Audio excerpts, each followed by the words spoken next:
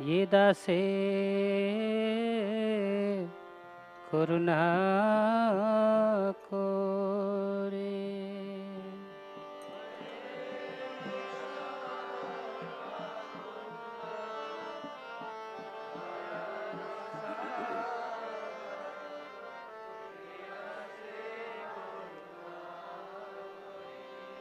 दिया पद छाया शुद्ध है आमार, तुम्हार चरण धोरे।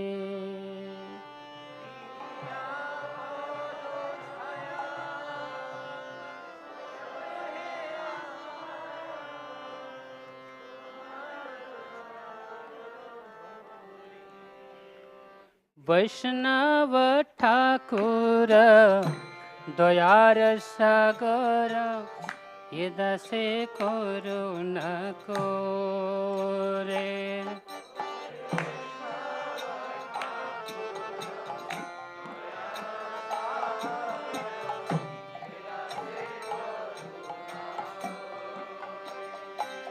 ओहे वैष्णव ठाकुर दयार सागर, ये दासे करुणा कोरे।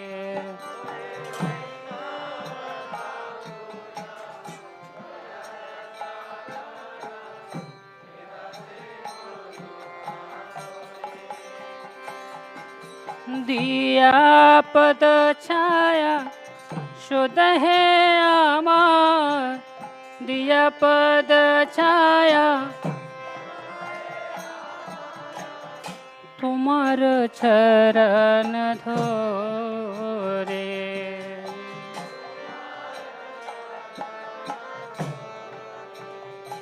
हमी तुम्हार चरण धोरे।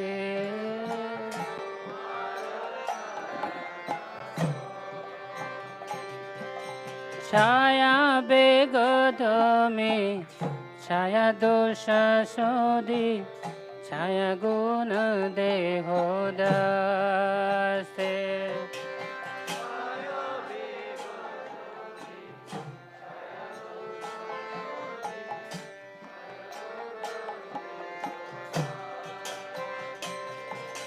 छाया सतसंग देहो है आमार,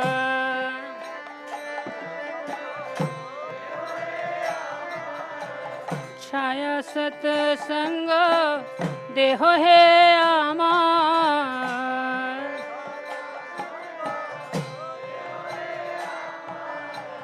बोसेची संगीर आसे।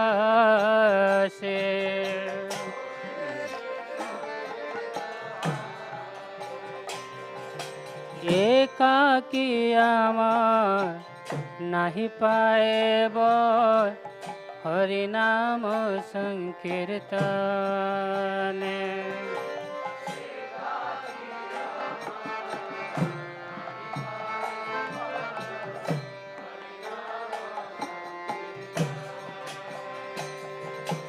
तुमी कृपा करे श्रद्धा बिंदु दिया,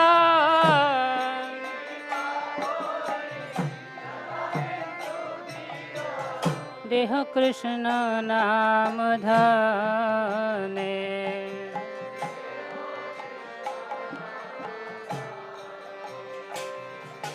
कृष्ण से तुम कृष्ण देते पारो, तुम्हार सकतियाते।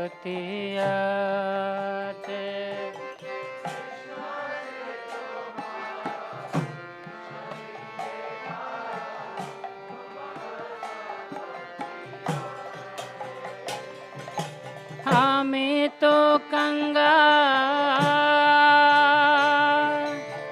वो है वैष्णव ठाकुर,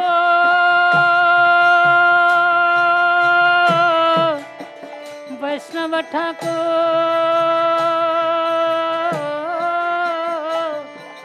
हमें तो कंगाल कृष्ण कृष्ण बोली धाई तब पाछे पाछे।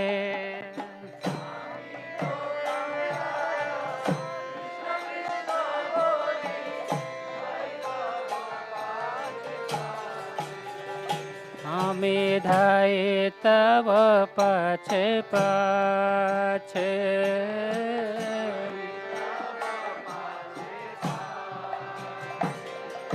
वैष्णव ठाकुर दयार सागर, इदसे करुणा कोरे।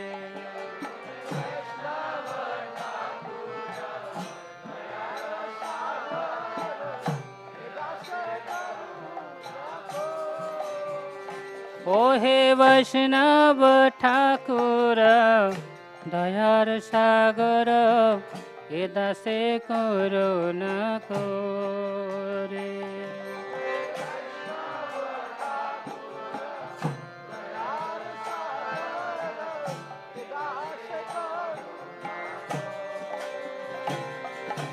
हरे कृष्णा कृष्णा कृष्णा हरे हरे, हरे राम राम राम हरे हरे।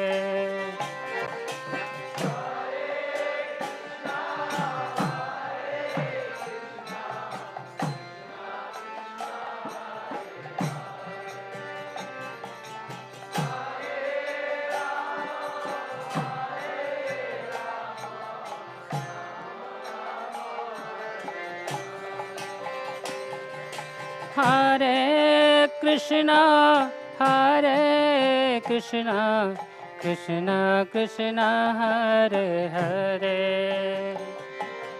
हरे राम राम राम हरे हरे।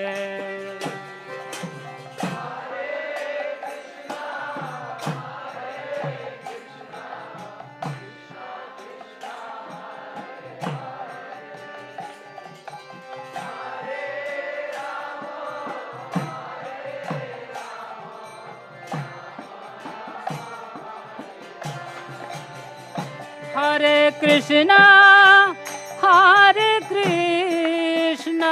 कृष्ण कृष्ण हरे हरे, हरे Ram Ram Ram Hare Hare.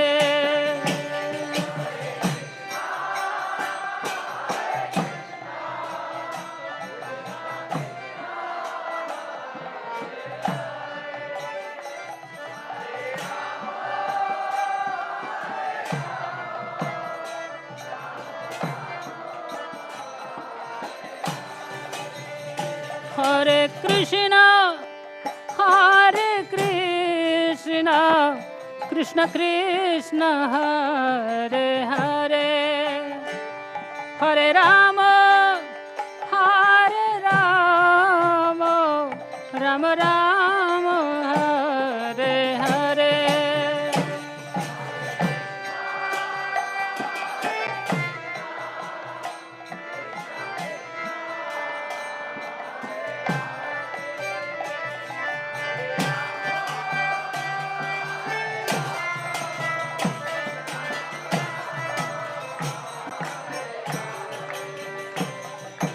Hare Krishna Krishna Krishna Hare Hare, Hare Rama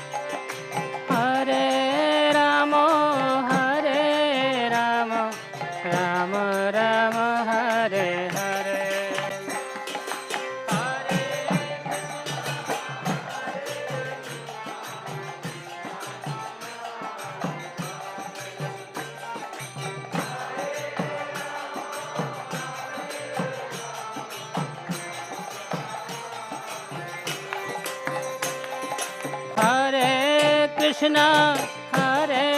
Krishna Krishna Krishna Hare Hare, Hare Rama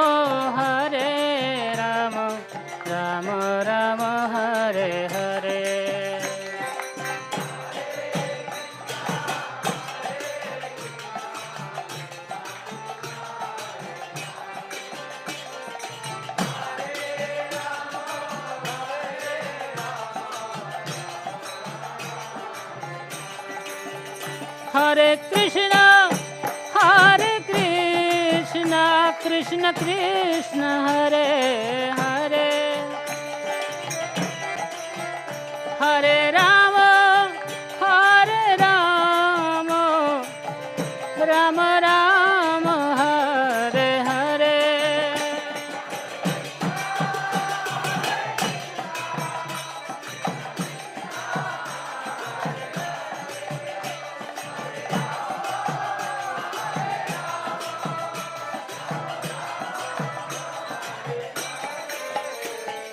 Hare Krishna, Krishna Krishna, Hare Hare, Hare Rama, Rama Rama, Hare Hare.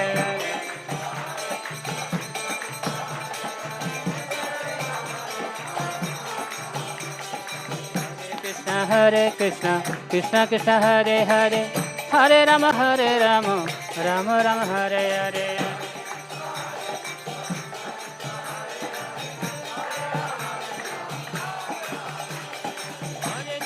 Hare Krishna, Krishna Krishna, Hare Hare, Hare Ram, Ram Ram, Hare Hare.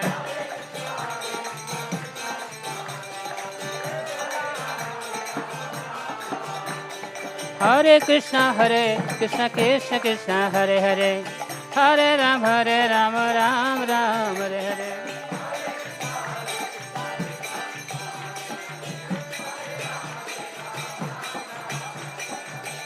Krishna, Krishna Krishna, Hare Hare, Hare Ram, Ram Ram, Hare Hare.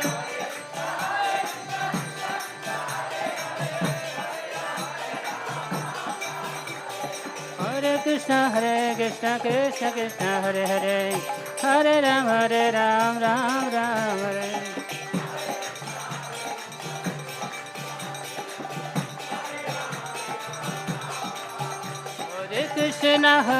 Krishna, Krishna Krishna, Hare Hare, Hare Rama, Rama Rama, Hare Hare.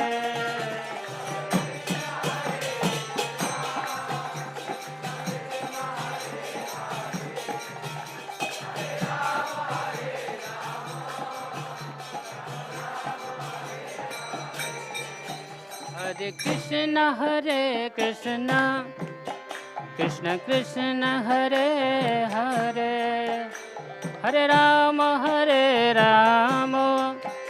Rama Rama, Hare Hare.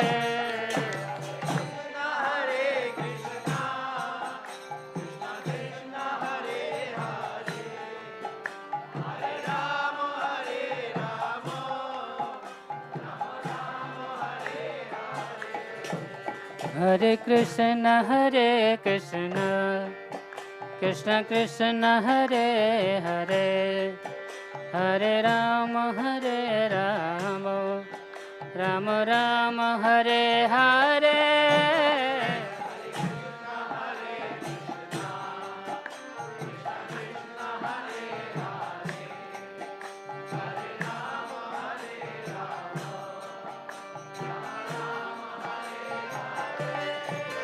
Hare Krishna, Krishna Krishna, Hare Hare, Hare Rama, Rama Rama, Hare Hare.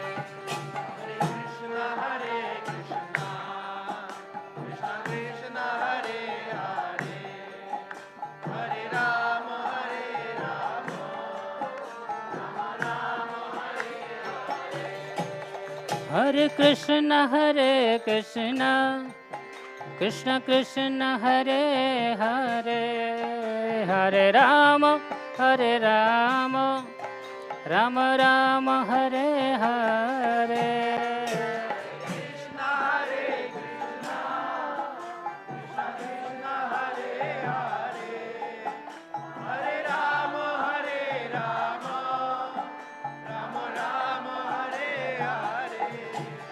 Hare Krishna, Krishna Krishna, Hare Hare, Hare Rama, Rama Rama, Hare Hare.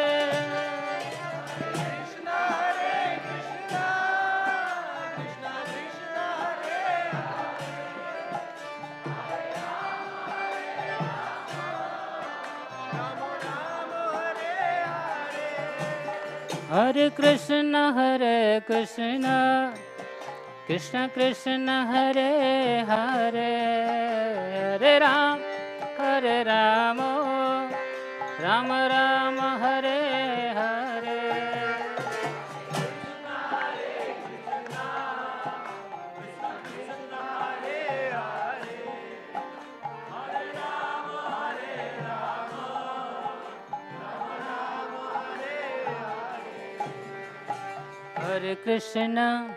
Hare Krishna, Krishna Krishna, Hare Hare, Hare Rama, Rama Rama, Hare Hare.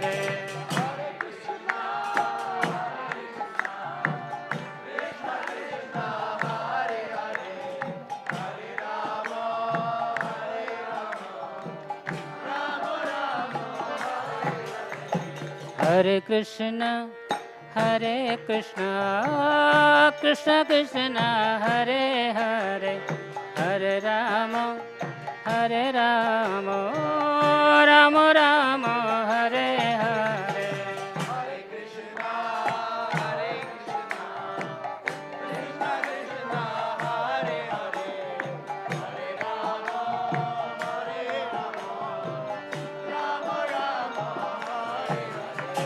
Hare Krishna, Krishna Krishna, Hare Hare, Hare Rama, Rama Rama, Hare Hare.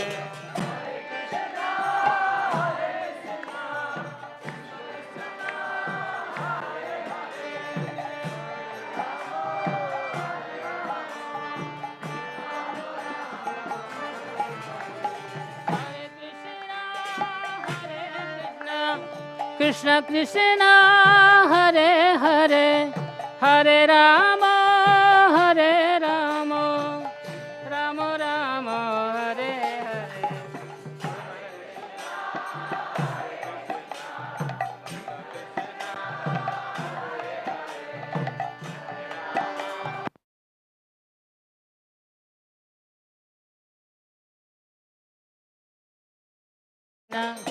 Hare Krishna, Krishna Krishna, Hare Hare, Hare Rama, Rama Rama, Hare Hare.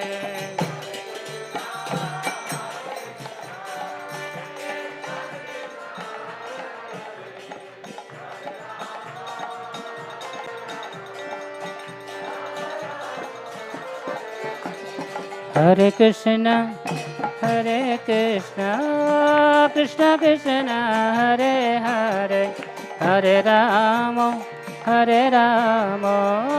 Rama Rama, Hare Hare.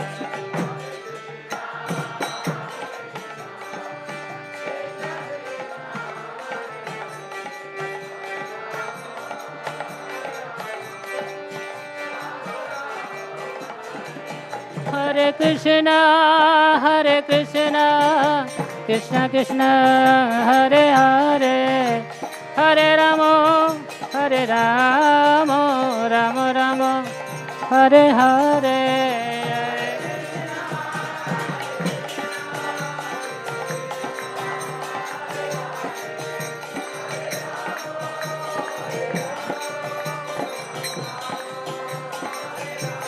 Hare Krishna, Krishna Krishna, Hare Hare, Hare Rama, Rama Rama, Hare Hare.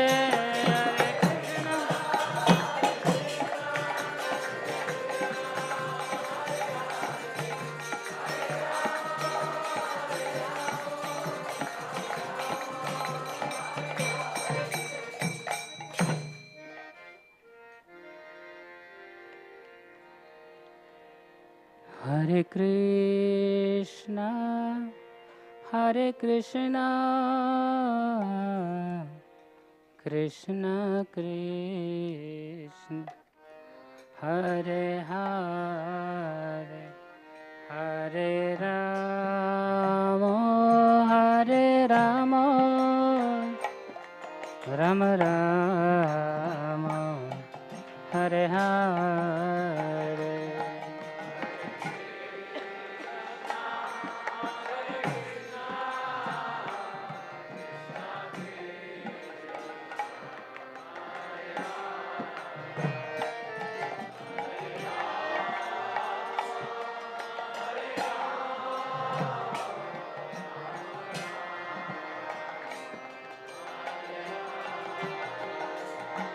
Hare Krishna, Krishna Krishna, Hare Hare, Hare Rama, Rama Rama, Hare Hare.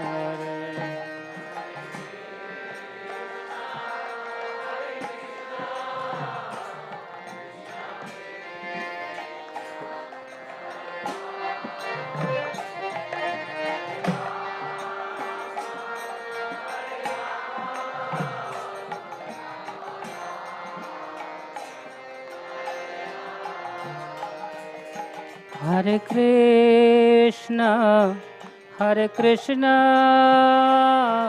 Krishna Krishna, Hare Hare, Hare Rama, Rama Rama, Hare Hare.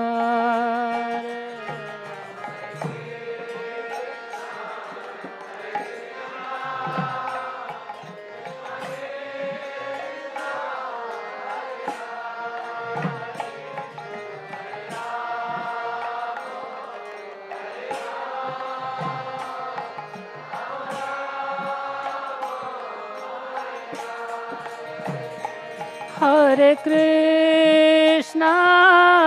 Krishna, Krishna Krishna, Hare Hare, Hare Rama, Rama Rama, Hare Hare.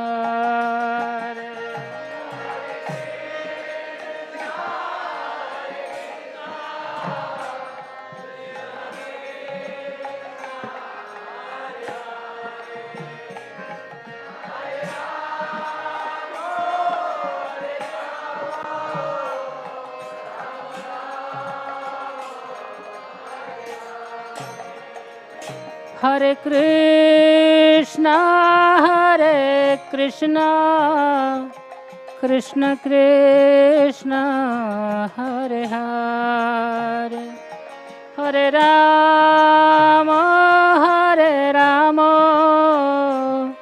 Rama Rama, Hare Hare.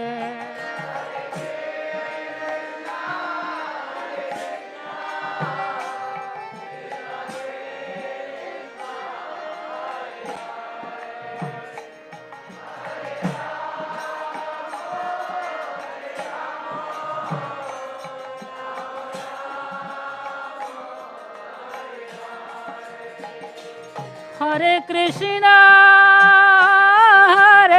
Krishna, Krishna Krishna, Hare Hare, Hare Rama,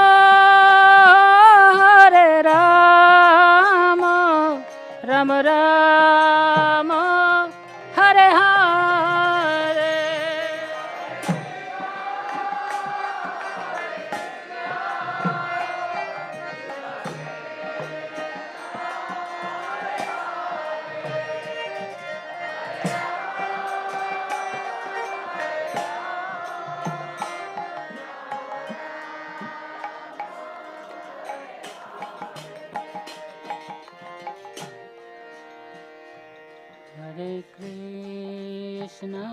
Hare Krishna, Krishna Krishna, Hare Hare, Hare Rama,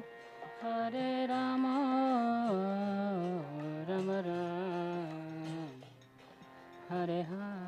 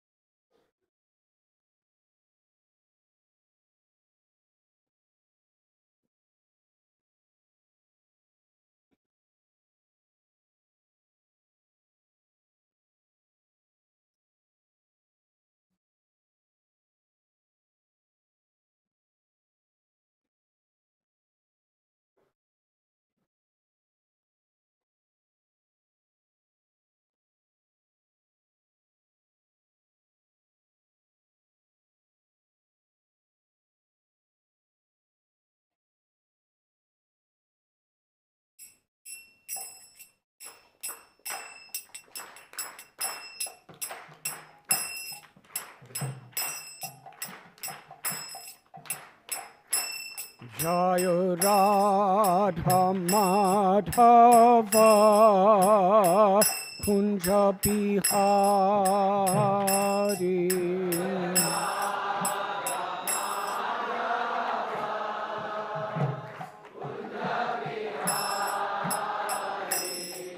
Jaya Radha Madhava Kunja Bihari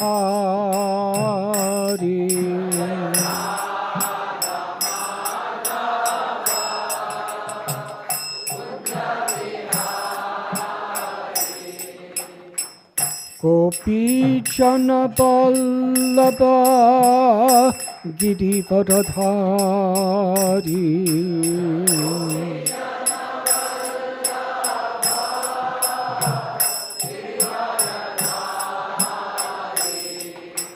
Gopi Jana Vallabha Giridharadhari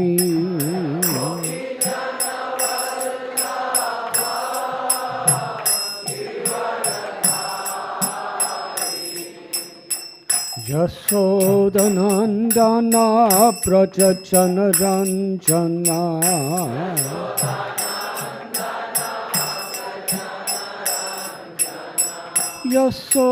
Yasodanandana Prajajana Ranjana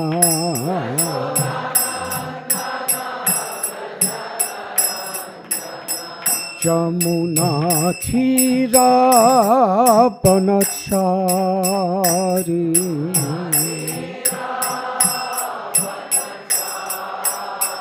Jamuna Thira Panachari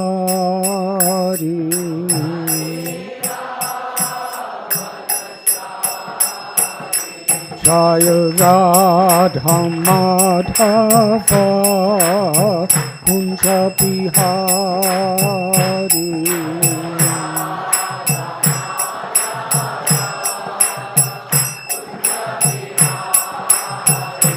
Jaya Radha Madhava Kunja Bihari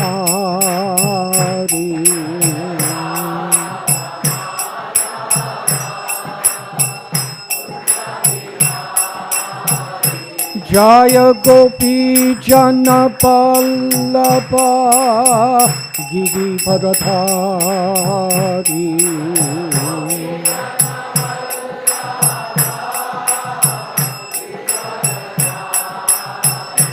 Jaya Gopi Jana Vallabha Giridharadhari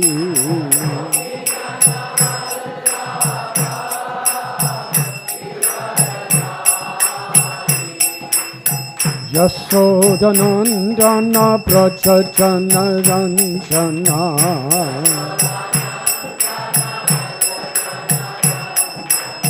Yasodanandana Prajajana Ranjana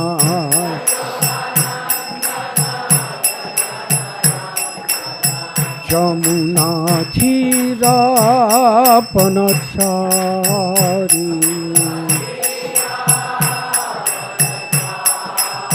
Jamuna Thira Panachari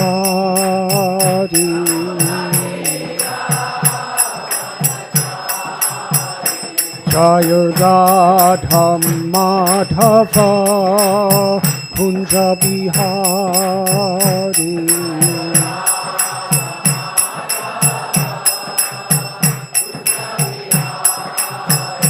Jaya Radha Madhava Kunja Bihari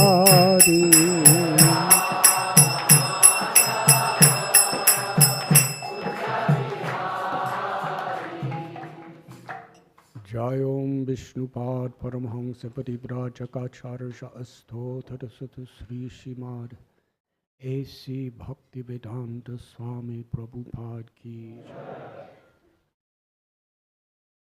ISKCON founder Acharya Srila Prabhupada Ki Jayom Vishnupad Paramhansa Parivrajakacharsha Asthothara Sata Sri Srimad Srila Bhakti Siddhanta Saraswati Thakur Prabhupada Ki Jai.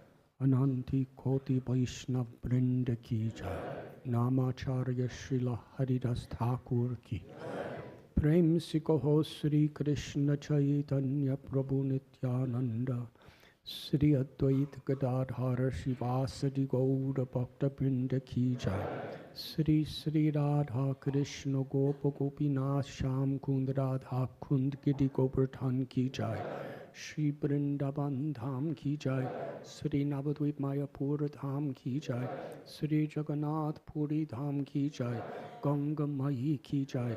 Yamuna Mahi ki jai. Bhakti Devi ki jai. Tulsi Devi ki jai. Samaveda Bhakta Vrinda ki jai. Gaura Premanandi.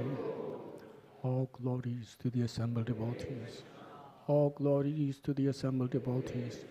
All glories to the assembled devotees. All glories to Sri Guru and Sri Gauranga.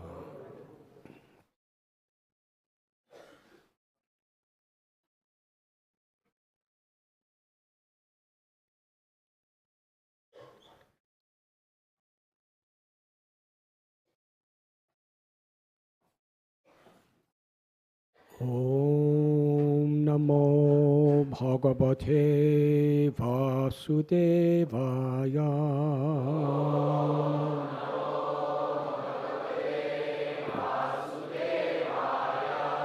Om Namo Bhagavate Vasudevaya.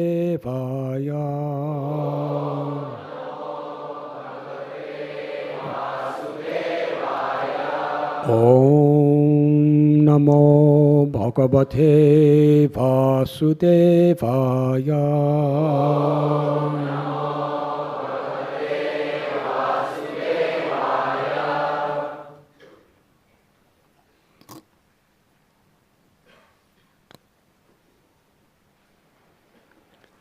Ado Krita Yuge Varno Nirnam Hangsa Ita Smritaha Krita Kritya Prajajatya Tasmad Krita Yugam Vidu Ado Krita Yuge Varno Nirnam Hamsa Iti Smrita Krita Kritya Prajajatya Tasmad Krita Yugam Vidu Adau Krita Yuge Varno Nirnam Hamsa Iti Smrita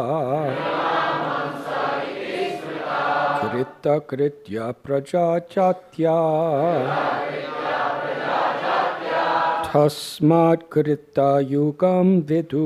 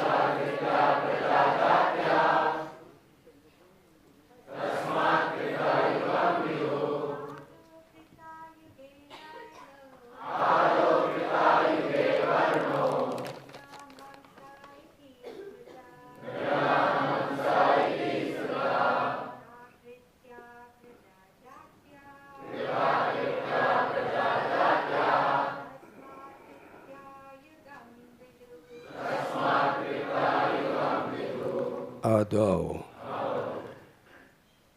In the beginning of the millennium, Krita Yuge, in the Satya Yuga or age of truth, Varna, the social class, Nirnam, of human beings, Hamsa, named Hamsa, Iti, thus, Smrita, well known, Krita Kritya, perfect in the execution of duties, by complete surrender to the Supreme Lord. Praja, the citizens, Jatya, automatically by birth, Tasmat, therefore, Krita Yugam, Krita Yuga, or the age in which all duties are fulfilled. Vidhu was thus known by the learned. In the beginning, in Satya Yuga, there was only one class called Hamsa, to which all human beings belong. In that age, all people are unalloyed devotees of the Lord from birth.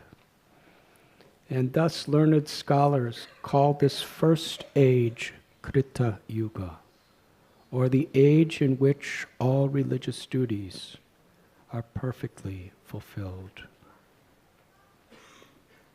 Purport.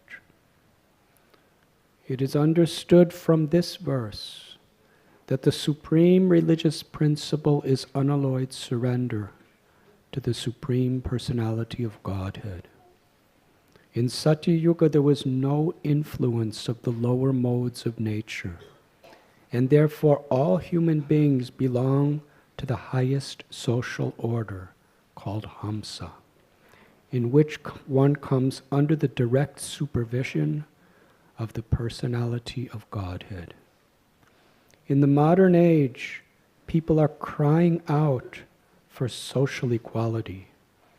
But unless all human beings are situated in the mode of goodness, which is the position of purity and unalloyed devotion, social equality is not possible. As the lower modes of nature become prominent, secondary religious principles arise, by which people may gradually be elevated to the pure stage of unalloyed surrender to God. In Satya Yuga, there are no inferior human beings, and thus there is no need of secondary religious principles. Everyone directly takes to the unalloyed service of the Lord, fulfilling perfectly all religious obligations. In Sanskrit, one who perfectly executes all duties is called Krita Kritya, as mentioned in this verse. Therefore, Satya Yuga is called Krita Yuga, or the age of perfect religious action. According to Srila Jiva Goswami, the word Adau, in the beginning, refers to the moment of universal creation. In other words, the Varnashram system is not a recent concoction, but naturally arises at the time of creation and should therefore be accepted by all intelligent human beings.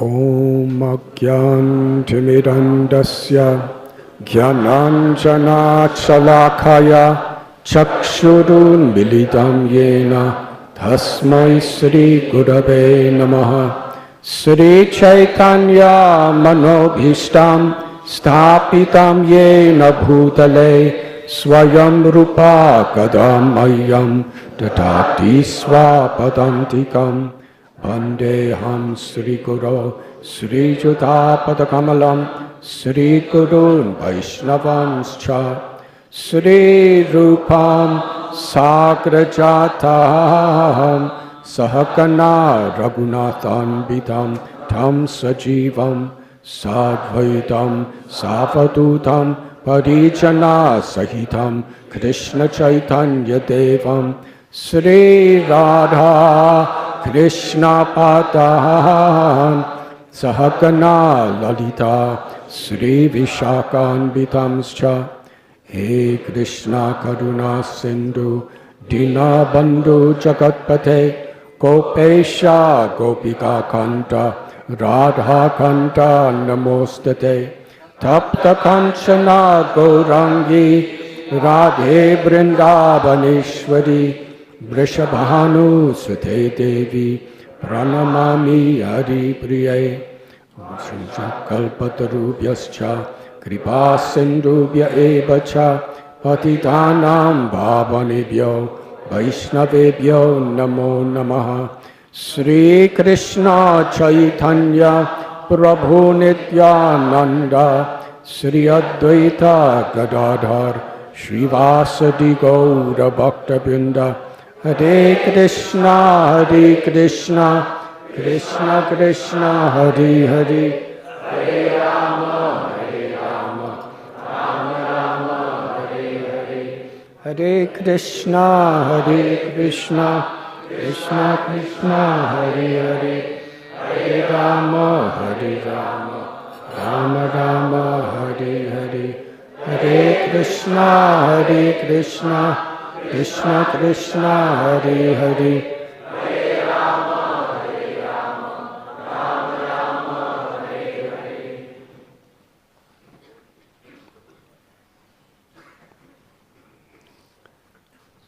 I am very grateful to all of you for being with us this morning. Special gratitude to His Grace Yadubar Prabhu for blessing our temple community once again, and to each of you. We are reading from Srimad Bhagavatam, Canto 11, Chapter 17, entitled Description of the Varna Ashram System. Text number 9, or 10, text 10.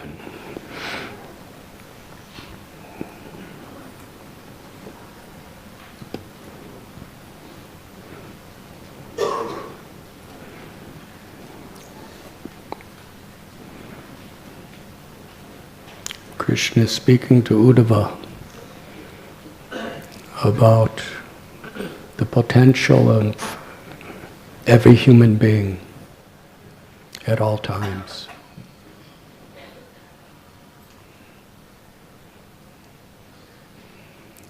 When we hear descriptions of the Satya Yuga, where practically everyone was in the mode of goodness, where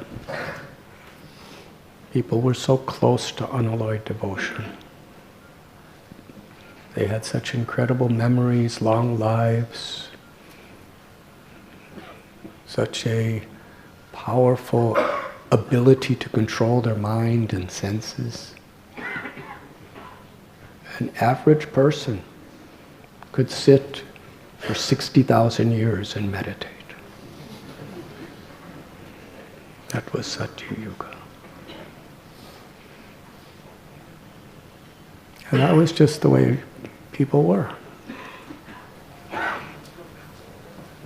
In Kali Yuga, if a person could be a little pious and meditate for a half hour, they're considered quite elevated. So the sages of Naimisharanya, they were very much worried about us and everyone around.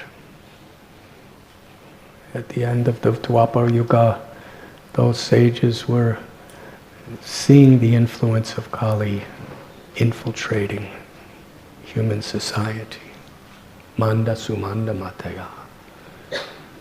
and all the various disqualifications people would have. Here Krishna is telling Uddhav that in the Krita Yuga, Satya, there was essentially one class of people that were called Hamsa, liberated devotees of the Lord.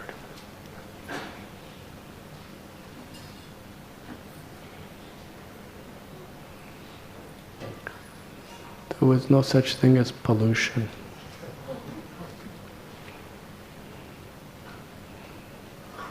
Everything was so auspicious. Of course, every now and then, someone like Hiranyakashipu would appear. But that was, Jaya and Vijay came as Hiranyaksha and Hiranyakashipus to perform the incredible, wonderful pastimes of the Lord. But even Hiranyakashipu was a Brahmin, and he was greatly learned and very, very powerful. He just had too much false ego.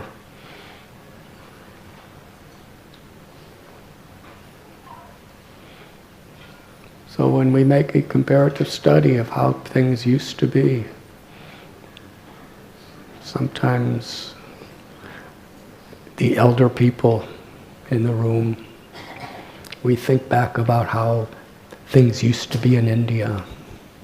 Yes, we think about when we used to go to Vrindavan in the 1970s, how so many forests and so many pastures, and no cars, no vehicles, it was so peaceful.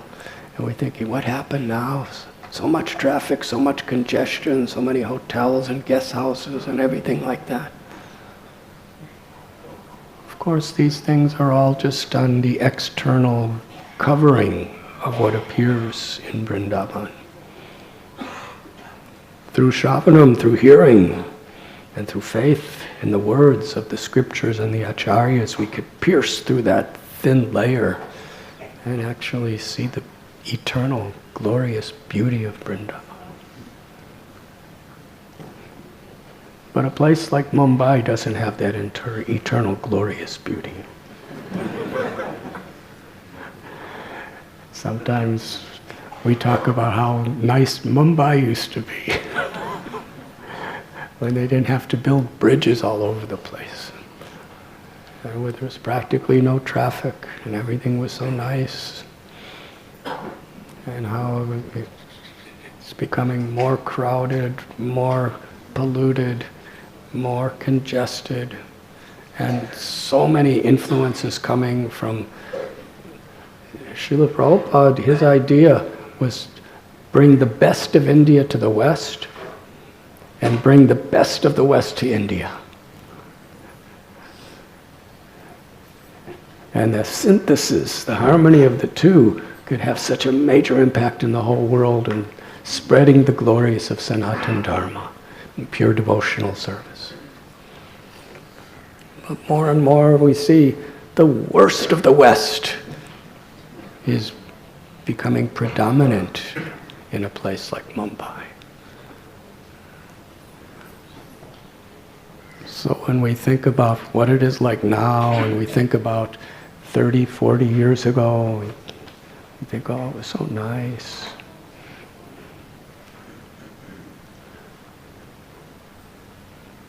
But we're getting a very broader perspective now.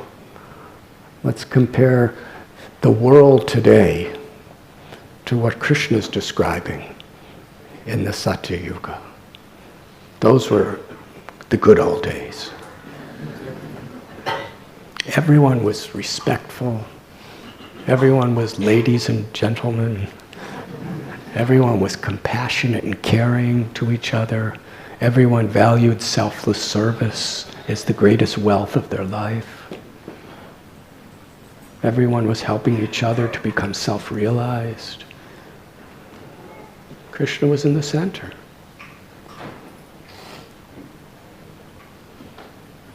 But by the mercy of Sri Chaitanya Mahaprabhu, he has made Kali Yuga even better than Satya Yuga.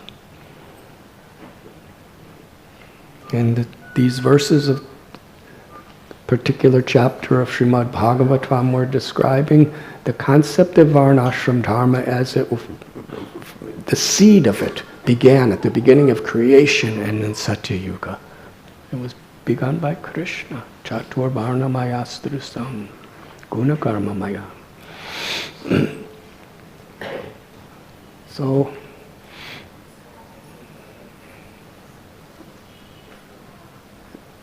the sages of Naimisharanya are so worried about the people of Kali Yuga. At the very beginning, in the first canto, and at the end of the Srimad Bhagavatam, in the 12th canto,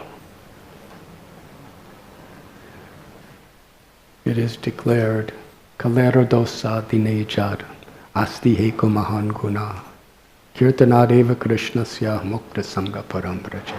That Kali Yuga is the best time. In fact, the great sages and rishis, they worship Kali Yuga as the best time to take birth. Because in this age, which is an ocean of faults, there is one benediction, and that one benediction, it outweighs, it supersedes all the faults. Simply chanting the names of Krishna, one can attain the supreme perfection of liberation. What one can attain in Satya Yuga through years and years of pure austerity and meditation. In Treta Yuga, through performing sacrifices. In Dwapara Yuga, from worshipping the Supreme Personality of Godhead, one can attain that same perfection in Kali Yuga simply by chanting Krishna's names. Hare Krishna, Hare Krishna, Krishna Krishna, Hare Hare. Hare Ram, Ram Ram, Hare Hare.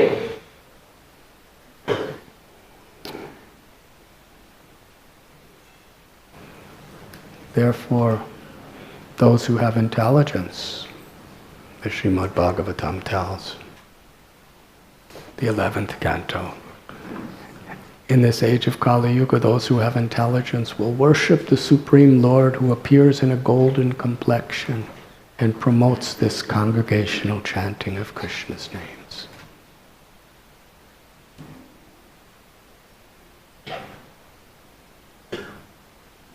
In the purport,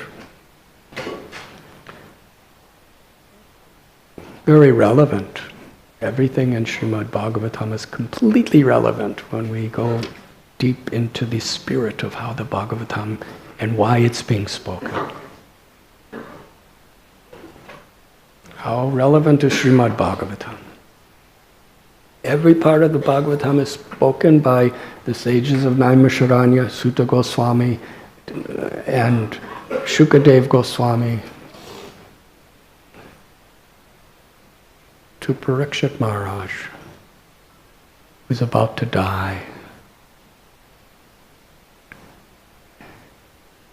And every single living being in all of this creation, Abrahma Bhuvana Loka Punaravartanojana Mamupeti Dukonteya Punar Janmana Vidyate.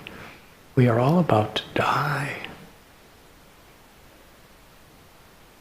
So Srimad Bhagavatam is relevant to everyone, everywhere, at all times. And the more we take it seriously in the spirit of Parikshit Maharaj, the more we develop a taste for hearing the Srimad Bhagavatam. Srinvatam Swakata Krishna Pundya Sravana Kirtana. And to the degree we develop a taste for hearing Srimad Bhagavatam, Krishna's pleased, and within the heart, He cleanses our heart. Anyone who has tried over the years to clean their hearts, you know what a difficult situation is. It seems like the more you clean, the more you discover dirt. And the more you clean that dirt, the more you discover more dirt. And if you don't try to clean it, more and more dirt just accumulates and accumulates. It's the place of dirt, the heart. But Krishna is all-powerful. Krishna can create the entire cosmic manifestation with a single glance. Daiviheshu gunamayi mama maya duratyaya mami vami papadyate mayameta durantite. Krishna tells material nature is very difficult to overcome. But one who takes shelter of me can easily cross beyond it. Because Krishna is not different than his name. He's not different than the sincere devotional remembrance of him. He's not different than his form in the temple as the deity. He's not different than the service attitude in the hearts of all the Vaishnavas. And Krishna, who's within our hearts, if he just sees we're sincere, earnest, Ananyas chintayanto mam ye jana parvipashade tesham nityabhayuktanam yogakshemam vahamya. If we just take shelter and really honestly and sincerely try our best, Krishna provides what we lack, and he carries whatever little we have. In the path of bhakti, we understand it's impossible to clean these dirty hearts. It's impossible to overcome the insurmountable influences of Maya. Maya dyakshena prakriti suyate sacharacharam. Maya is Krishna's energy. Who are we?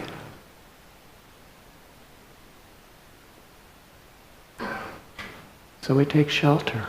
Samsidir haritoshanam, to please Krishna.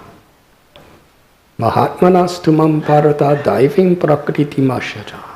Bhajantyananya manasho gyatva bhutati mabhyayam. Bhagavad Gita tells, what is a Mahatma? One who takes shelter of the divine energy of the Lord. And how? By engaging in the loving service of the Lord. If just we're sincere, Krishna helps us. If simply develop a taste for hearing Srimad Bhagavatam, Krishna will remove all the impurities of our hearts. And then Krishna gives us a secret. Shushushro shadadanasya vasudeva katharuchi syanmahatsivaya vipra punya tirtana sevana. By serving great souls, by serving great Vaishnavas, Krishna is pleased. Through that service attitude, Krishna gives us that taste to hear about him. We're so helpless in this age of Kali Yuga, all we could do is try. We don't have a taste for hearing about Krishna. We may have a little bit, but there's so many distractions. But if Krishna is pleased by how we're trying to be the servant of his servants, it describes in his verse, then Krishna reveals the taste. He awakens that taste. It's within us all. Jiv jago goda chandrapole. Rupa Goswami tells the taste, the natural taste of the pure soul for chanting Krishna's names. He's not just speaking about himself, he's speaking about our own potential. That when we chant the name of Krishna, we desire so many tongues to taste the sweetness of that name. And when it enters our ears, we desire millions and millions of ears. And when it enters our heart through our ears, it conquers our entire being. We give ourselves totally in Sharanagati and surrender to Krishna. That's the power of chanting the 2 syllables Krishna even once. That's who we are. But somehow, Cheto Darapana Marajanam, it's been covered by the dust of so many egoistic desires.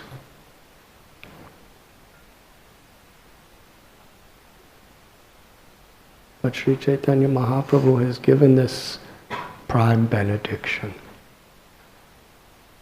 But he's also teaching us how we can access it. Param Vijayate Shri Krishna Sankirtanam. There's no more auspicious activity than chanting the holy names. It's the greatest benediction. But Lord Chaitanya Mahaprabhu and his associates, they have taught us how we can actually gain the true benefits of the chanting of God's names and hearing about his glories.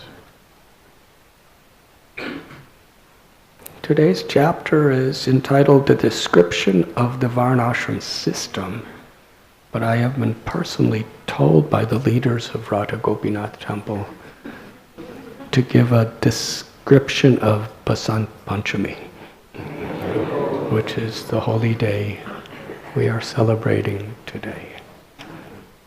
With your permission, I will speak something.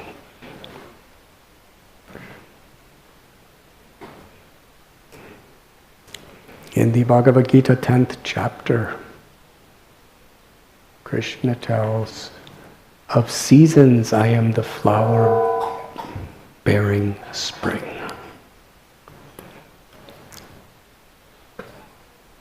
And Srila Prabhupada elaborates that the springtime is the nicest of all seasons. It's the time when fragrant, beautiful flowers are blossoming.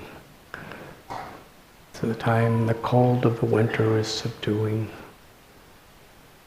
It's just a beautiful time.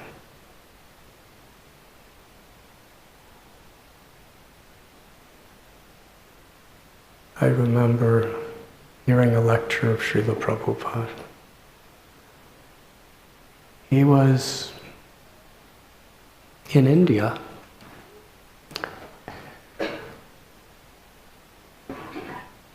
and somehow or other, one of his disciples, he said it was Guru Das, he thought, Prabhu, who discovered in a library in London Srila Prabhupada's Vyasa Puja offering to Sri Bhaktisiddhanta Saraswati Thakur.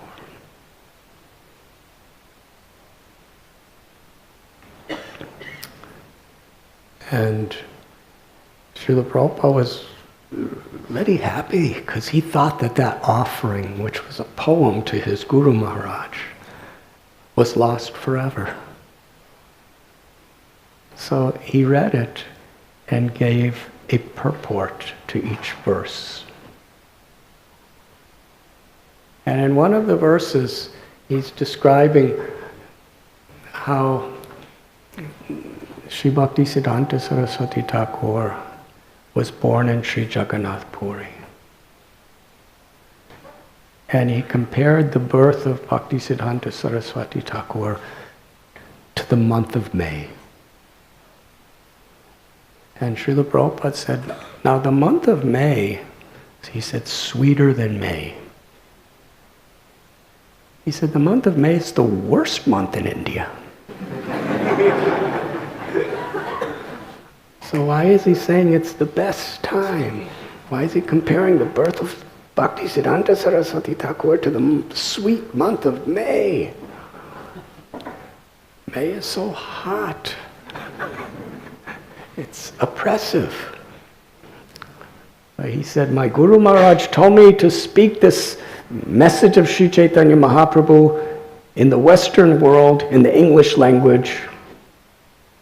And here Prabhupada wrote this poem in Mumbai. He was living actually very close to here, near Grant Road.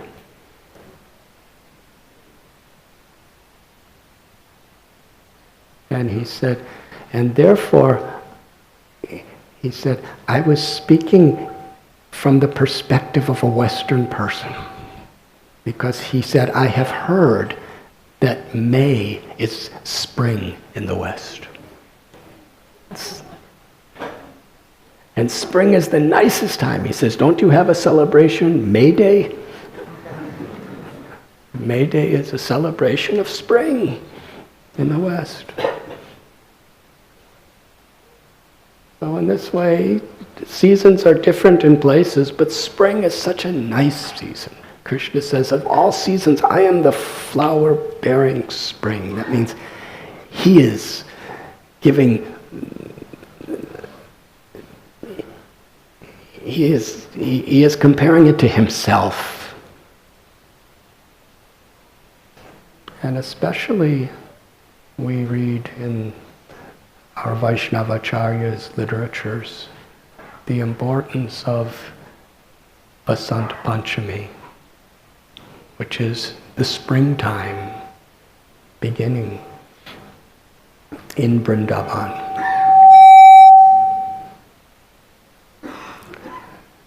And because so many yellow flowers start growing, the mustard flowers in the fields, this color of yellow is symbolic of Vasant Panchami. And today Shri Radha Gopinath are dressed in beautiful yellow clothing, represent the flower-bearing spring. And it is described that in the autumn, on the day of the full moon, Krishna performs his Saradiya Rasa Yatra in Vrindavan on the banks of the Yamuna, his Ras Leela. And soon after, on Vasant Panchami, it's the day when Krishna calls the gopis to Govardhan to perform Ras Leela. And there is an area in Govardhan called the Rasastali.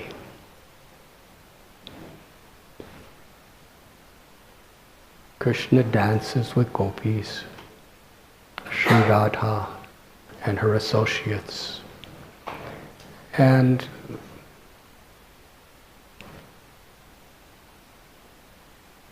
although Panchami means the 5th day of the waxing moon, when Krishna was dancing near Govardhan Hill,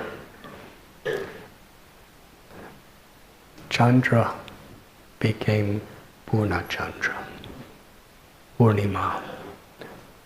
To give more light and to show his great happiness, he became a fully resplendent full moon.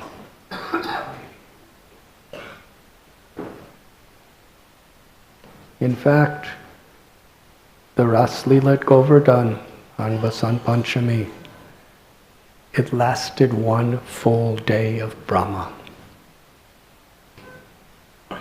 But it seemed to pass as just one night for the Gopas and the Gopis.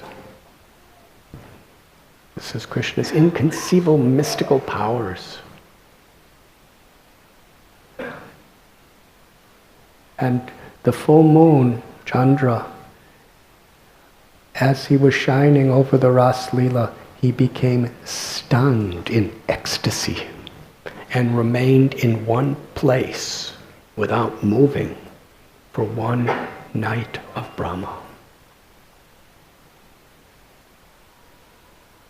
And in fact, as a seva to Krishna and Sri Radha and gopis, he filled a sarovar, a lake, with heavenly nectar for Krishna and gopis to drink, to satisfy their thirst during their dancing.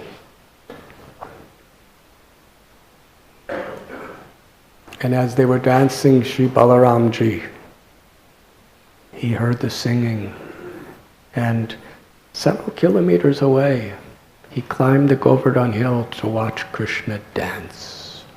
And even today, there's a temple, Doka Dauji, where Sri Balaramji, he crouched down and motionless, mesmerized, absorbed himself in watching Krishna dance. And as he was watching, he was so absorbed in Krishna, his beautiful white complexion like a spring cloud turned like a monsoon cloud. Absorbed so much in Krishna, he assumed Krishna's complexion. And to this day, Balaram is still there watching. On the banks of Chandra Sarovar, Sripad Vallabhacharya had his baitak. Sri Chaitanya Mahaprabhu, he visited during his parikrama. And Surdas, the great Vaishnava poet, his samadhi and his bhajan kutir is there. And that's where he wrote so many of his historical devotional poems and songs. Just close by, there is a place where Krishna disappeared from gopis. They were searching everywhere for him. And they came to a place which is today Paita. The story is spoken by Krishnadas Kaviraj Goswami and Sri Chaitanya Charitamrita. Krishna saw gopis coming, so he manifested a form of Narayan with 4 arms, holding the symbols of the Supreme Personality of Godhead. When the gopis saw the Supreme Lord Narayan, they understood, this is the Lord of all creation. This is the husband of Lakshmi. This is the Supreme Truth. They offer their obeisances very respectfully. The only benediction they asked from Narayan is, can you tell us if you've seen Krishna, where he went? And with his 4 arms, he pointed this way. So again, they offered their obeisances and they ran to find Krishna. They were so interested in Krishna. They knew who Narayan was. All the greatest of yogis, sages, rishis, they spend lifetimes of tapasya and sadhana to reach Narayan. And all they wanted is to be with Krishna. They didn't think he was God. They just loved him as a lover.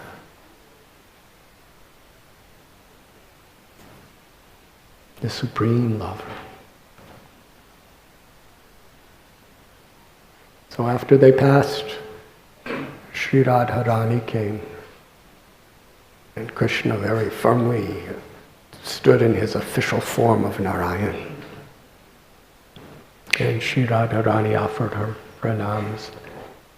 Can you tell me where Krishna is? And at that moment, within a moment, Krishna really tried to sustain his disguise, but it was not possible. Two of his arms went back into his body. And the other 2, the disc and the shanka disappeared, and a flute appeared on his hands.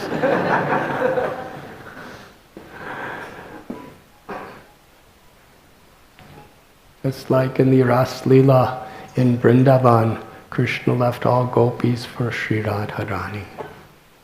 So here he once again showed that and this is what Sri Chaitanya Mahaprabhu taught to Ramananda Rai, and through him to the whole world, the supreme position of Sri Radharani. Krishna's Madan Mohan. He can attract even the heart of Madana, Cupid. But Sri Radha is Madan Mohan Mohini. She attracts even Krishna by her love. And through Ramananda Rai, Lord Chaitanya taught us that every aspect of Sri Radharani, every feature of her body, her clothes, her ornaments, her gestures, everything is the supreme ornament of an expression of her Mahabhav, or supreme ecstatic love.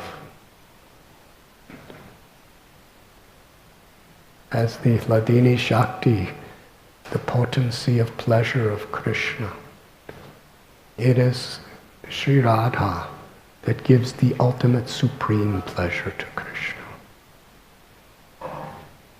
And therefore Sri Chaitanya Mahaprabhu has taught us that there is no higher position than to be the servant of Sri Radha.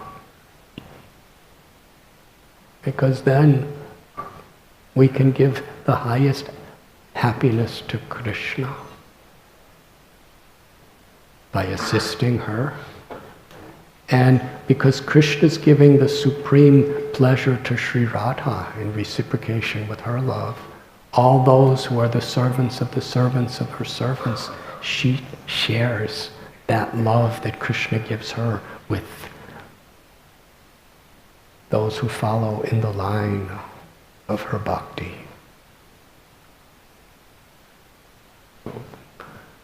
When Srila Prabhupada said, chant Hare Krishna and be happy, the depth of what kind of happiness he's speaking about is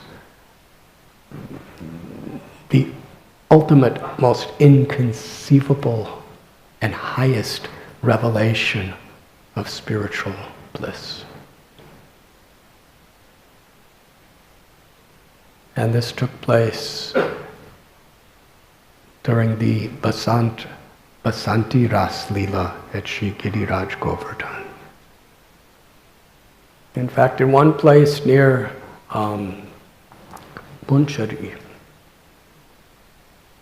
Sri Radharani and Gopis and Krishna, in their singing, dancing, and reciprocation of praying with each other, Krishna's body melted and his ecstasies filled a pond called Navalakund.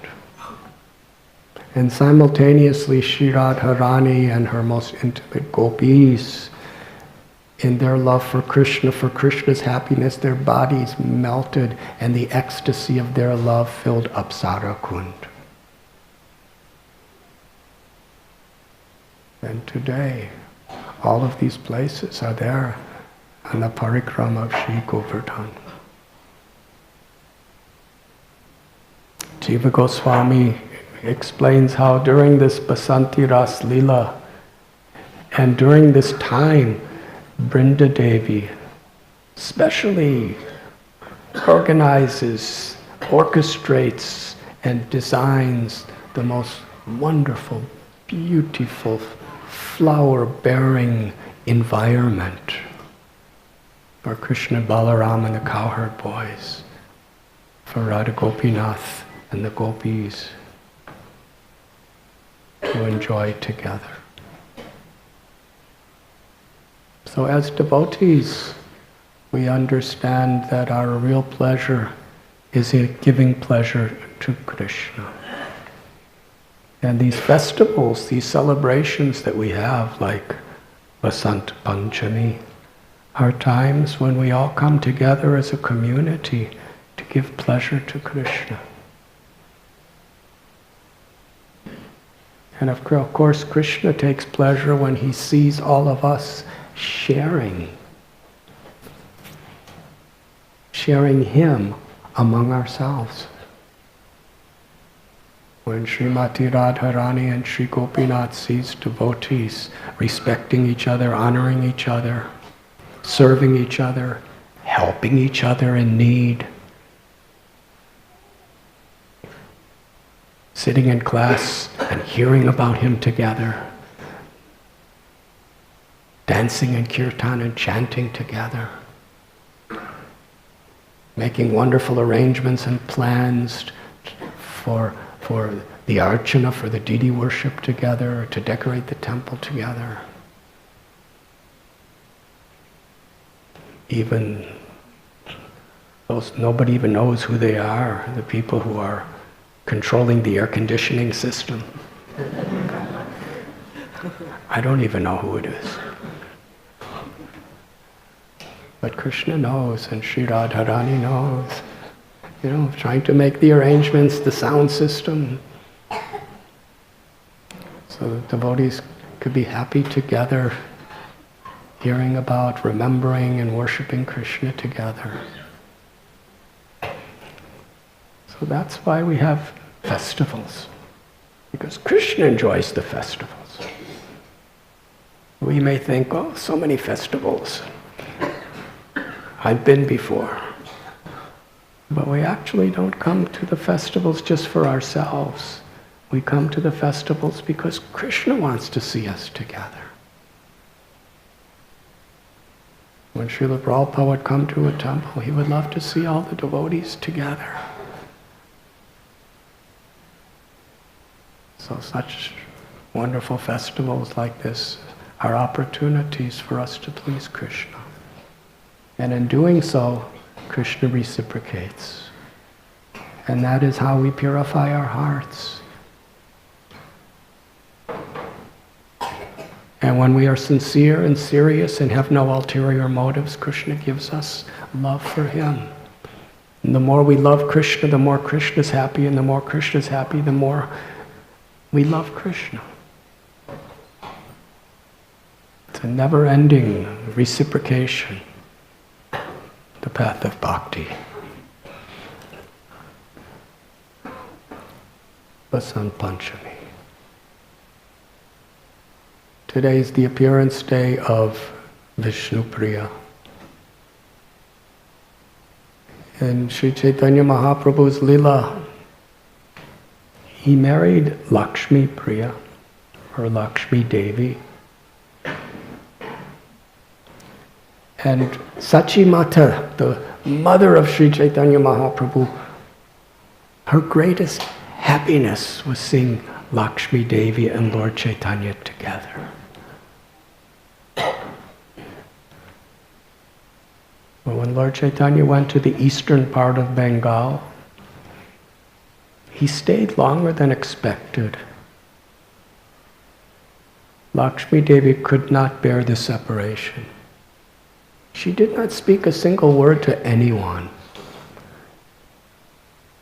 But on the banks of the Ganga, she simply meditated with all her body, mind, heart, soul on her beloved Lord Gauranga. And it is said by Vrindavan Das Thakur and Krishnadas Kaviraj Goswami, she was bitten by the serpent of separation. Chanting Lord Chaitanya Mahaprabhu's name, she gave her heart and her life to him.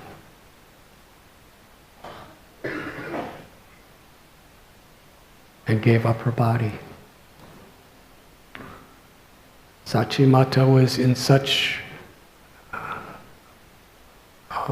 bereavement that for her pleasure, Lord Chaitanya Mahaprabhu agreed to marry again. There was a matchmaker, I think his name was Kashinath, and he came to Sachi Devi and he said, and he said, there's a very perfect match for your son, Vishnu Priya, the daughter of Sanatan Mishra. And Sachi Mata knew her very well, because for several years, whenever Sachi Mata would go to the Ganga, Vishnu Priya would be there worshipping Lord Vishnu. And when she would see Sachi Devi, she would always very humbly bow down and offer any service. She was the crest jewel among girls in Navadvip.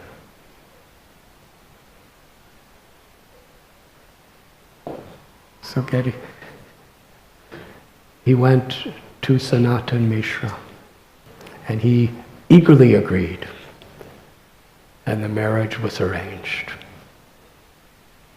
Buddhimanta Khan, who was a devotee at the time, who was a great well-wisher of Lord Chaitanya, Now at this time, Lord Chaitanya had not yet gone to Gaya and established a Sankirtan movement. He was still in his Leela of Nimai Pandit, the best amongst scholars and students. But Buddhimanta Khan, he had such an attraction for Lord Gauranga. He said he should not just have an ordinary poor man, Brahmin's marriage. It should be a glorious marriage. And he was a very wealthy man. So he utilized his wealth and offered a great expenditure to make it a royal marriage. It's an extraordinary marriage.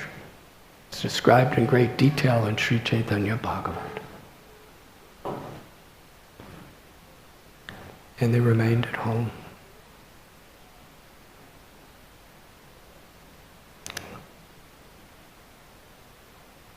After some years, the news came, little by little was being revealed that Lord Chaitanya was going to leave home to take sannyas. Sachi Devi, her beautiful prayers to Lord Gauranga, begging him to stay home, not to leave her. And after this, Vishnu Priya, all alone, she approached Lord Chaitanya one night. She was crying and crying and crying, and Lord Chaitanya said, "Why are you crying?" She said, "Because I have heard that you will soon leave your home and become a sannyasi. This is unbearable to me." It wasn't about herself, it was about him. She said, "Your lotus feet are so soft and so tender. I'm afraid to even touch them. As a sannyasi, you will be walking through forests barefoot all over the land. How could I bear the thought of all the stones and the thorns and the bushes that you step upon? And the rainy season, it will pour rain upon you. The hot season will be burning cold. And the hot season will be burning hot and the winters will be burning cold. How could I bear you wandering homelessly as a sannyasi? It's breaking my heart." "And what about your mother, Sachi Devi? You're all she has. She's a widow. She lost her only son. Besides yourself, she will certainly die. And I'm thinking about all your devotees. Srivas, Nityananda, Advaita, Gadadhar, Mukunda, all these devotees, Haridas, their hearts will be broken thinking of you as a sannyasi, bereft of your association. You have come to this world to remove the suffering from people. Why do you want to contradict yourself in this way? Among those who love you the most, and your own mother, how much suffering? They will suffer to the point where they die in separation from you. Why? Why do you want to do that? Is it because of me? Am I an impediment to your mission? If so, then I'll disappear. But please stay here. Be happy with your devotees, with your mother. But my life, my soul, is only you. Whatever life I have, whatever beauty I have, it's all only for your pleasure. If you leave, there's no reason for me to live." In this way, she cried and cried. And Lord Chaitanya gave a wonderful message to her. He said, "Actually, your name is Vishnu Priya. So you should know that Vishnu or Krishna is our only true friend. Everything within this world comes and goes. Any attachments we have in this world will bring us sorrow. Our wealth, our homes, our husbands, our wives, our children, our parents, everything is destined to perish. But Krishna is our supreme mother, our supreme father, our supreme lover.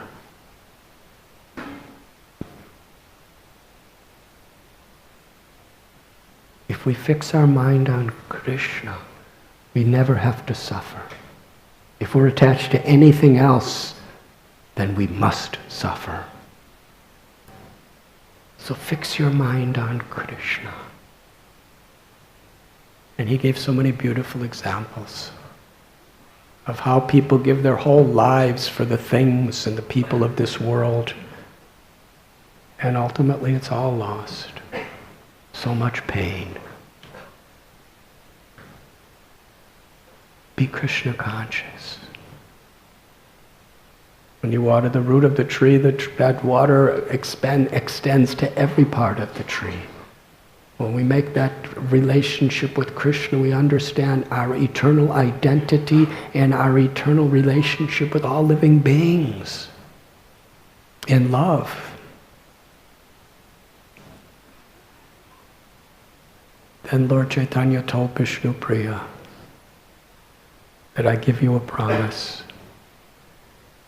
Every time you think of me, remember me, you will feel my personal presence,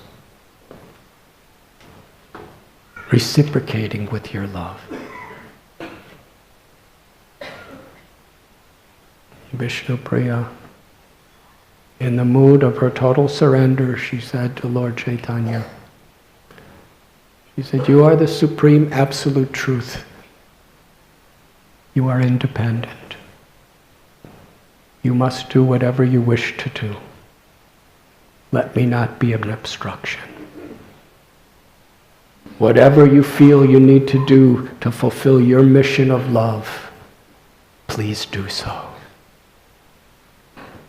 In this way, Lord Chaitanya Mahaprabhu got the permission and the blessings of both his mother and his wife, Vishnu Priya.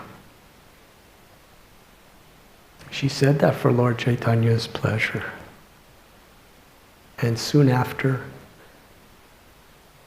at the time of Makara Sankranti, he left home, never to return. And even though she surrendered her heart and gave her consent for Lord Chaitanya to take sannyas, still in her love, in the separation, she entered into the deepest state of the ecstatic mood of sorrow. She cried. She couldn't sleep at night. She simply remembered Lord Chaitanya.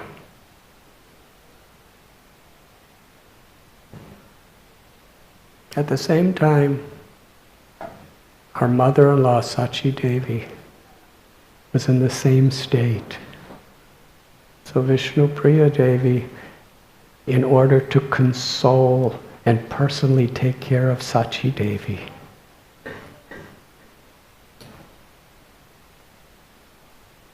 she internalized her sorrow to serve Sachi, to give strength and happiness to Sachi. Because if Sachi Devi saw Vishnu Priya suffering so much, that would even be worse for her. This was the mood of her seva. And it is described how every day she would chant the Hare Krishna Maha Mantra. And she would chant a full mantra. And while she was chanting, she had a pot of uncooked rice on one side and an empty pot on the other side. And she would take one grain of rice and put it in the empty pot. And in this way she would, whenever she wasn't doing seva for Mother Sachi, she was chanting continuously. Hare Krishna, Hare Krishna, Krishna Krishna, Hare Hare, Hare Ram, Hare Ram, Ram Ram, Hare Hare. She was putting her full love and emotion into the holy names as she was chanting. It was the offering of her ecstatic love and separation for Lord Chaitanya's pleasure.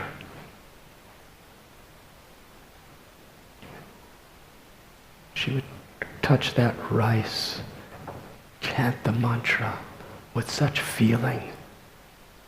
And that grain of rice was infused with her ecstatic conjugal love. And she placed that rice in the pot. And she did this throughout the day. And whatever rice was in the pot at the end of the day, she would boil that rice. And with profuse tears, she would cover that rice. Not voluntarily, just spontaneously. She would take that rice, which each grain was infused with her ecstatic love. Individual rice grain was saturated with her love and separation. Then her tears. And she would offer that rice to the deity of Lord Chaitanya.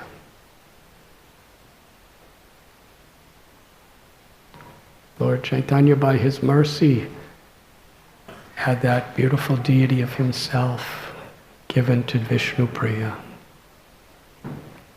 Same deity is still there in Navadvip Dham. Lord Chaitanya, she felt his presence completely. She would offer that rice to the Murti in her love.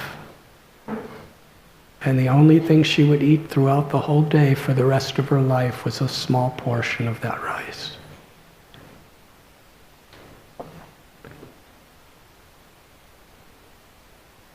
Vishnu Priya is the very embodiment of ecstatic love and separation. It is also the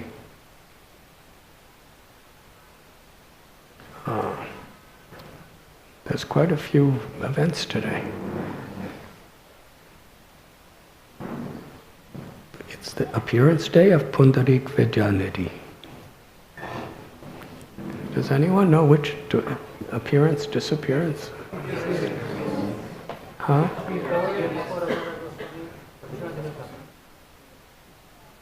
Appearance or disappearance? Disappearance. Pundarika Vidyanidhi? Appearance, okay. So one day in Navadvip, after Lord Chaitanya Mahaprabhu began his Sankirtan movement, he was crying out in the presence of all of his devotees, Bap Pundarik, which means my father Pundarik. And the devotees, they were wondering, who is this personality, Pundarik? Would you like to know? Pundarika Vidyanidhi was a zamindar. He was an extremely wealthy landowner in Chattigram, in Bangladesh. In those days, East Bengal. And in those days, people who had a lot of wealth, who lived in other places, they would often have a house in Navadvip so they could come on whatever occasions possible to be close to the Ganga. And Pundarika Vidyanidhi was such a great devotee. He would regularly come to Navadvip, and he had such love and respect for Ganga Mai. He saw her as Krishna's internal potency.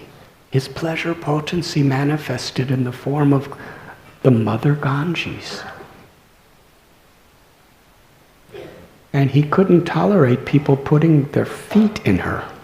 What to speak of washing their clothes? What to speak of spitting? So he would never go to the Ganges when other people were there. And he never himself went in the Ganges because he didn't want to touch her with his feet. Very, very early in the morning before he would begin his sadhana and his puja, he would go to Ganga. And with tears of ecstatic love in his eyes, he would bow down to her, offer prayers, and very, very carefully take water from Ganga and sprinkle it on his head. This is Pundarika Vidyanidhi. Soon after Lord Chaitanya was calling out Father Pundarika, nobody knew who he was talking about. He came to Navadvip. At that time, Mukunda Dutt was the brother of Vasudev Dutt, who also came from Chittagong. So he knew Pundarika Vidyanidhi. He said to Gadadhar Pandit, Gadadhar was young then. He said, I know that you love to meet great Vaishnavas. Would you like to meet a great Vaishnav today? And Gadadhar Pandit said, yes. Now Gadadhar, from his birth, was the simplest, purest brahmachari. In fact, when Lord Chaitanya Mahaprabhu first came back from Gaya and was revealing his own ecstatic love for Krishna, he told Gadadhar, he said, you are so fortunate. From your very birth, you cared nothing about anything material.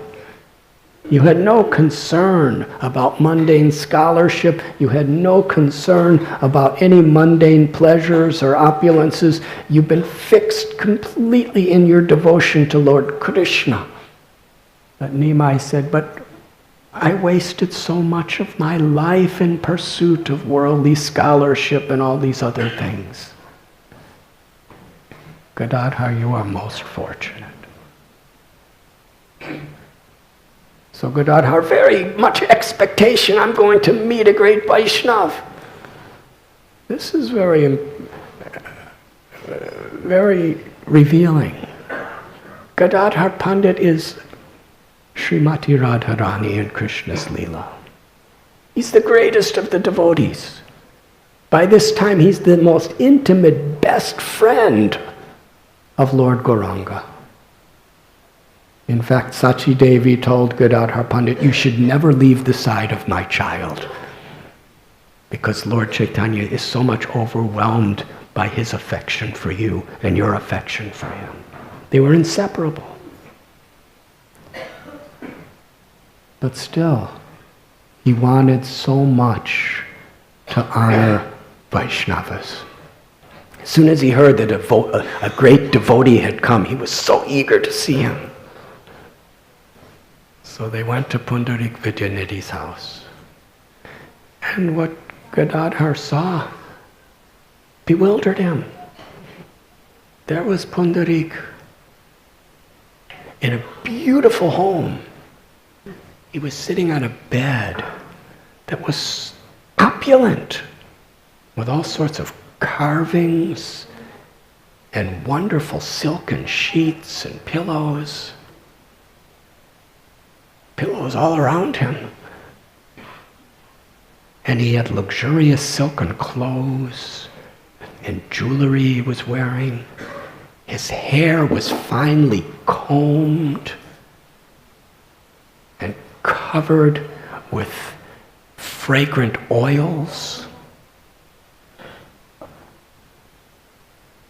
And he had all these little silver and golden boxes around him with different spices and sweets.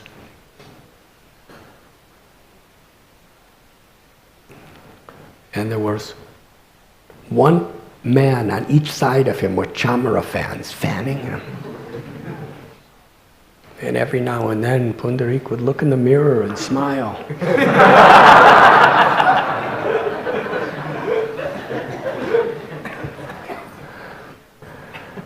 Gadadhar Pandit, he's just a simple little brahmachari wearing, a dhoti.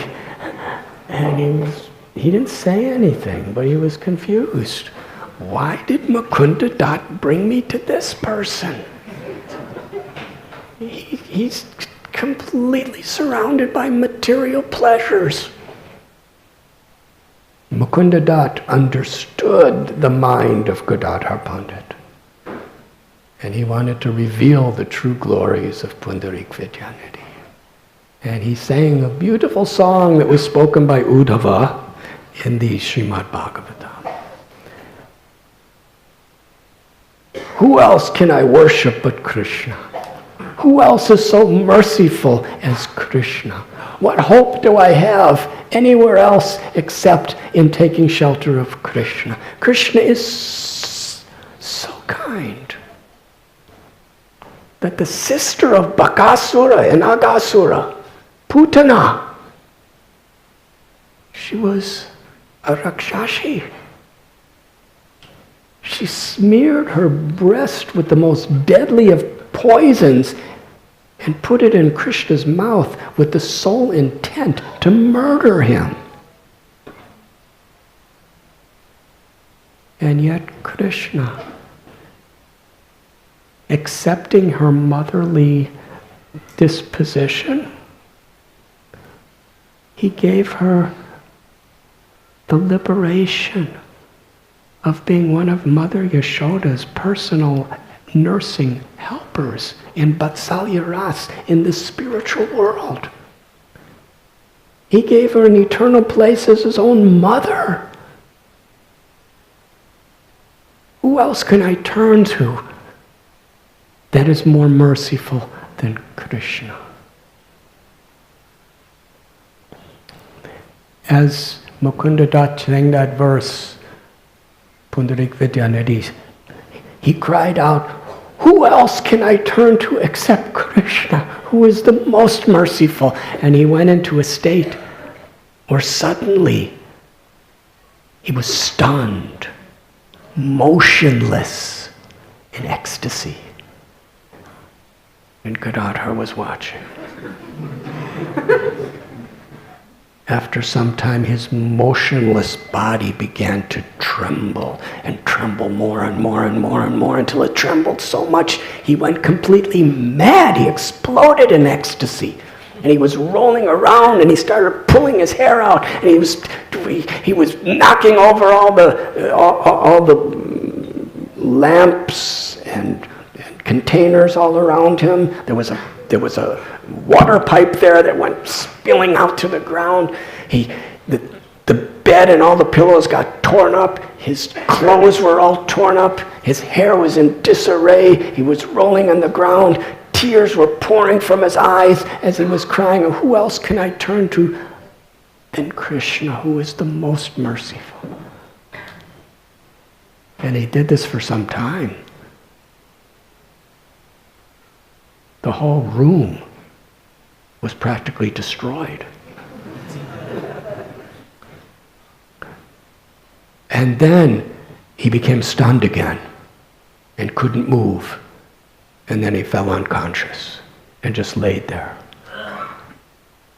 for many, many hours. And Gadadhar was watching. And in his mind he thought, I made a big offense. I was thinking he was an ordinary person attached to materialistic life, but now I understand such a great devotee he is.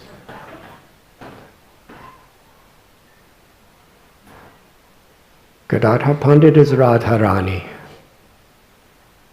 and Pundarika Vidyanidhi is the incarnation of Sri Brishubhanu Raj, the eternal father of Sri Radharani.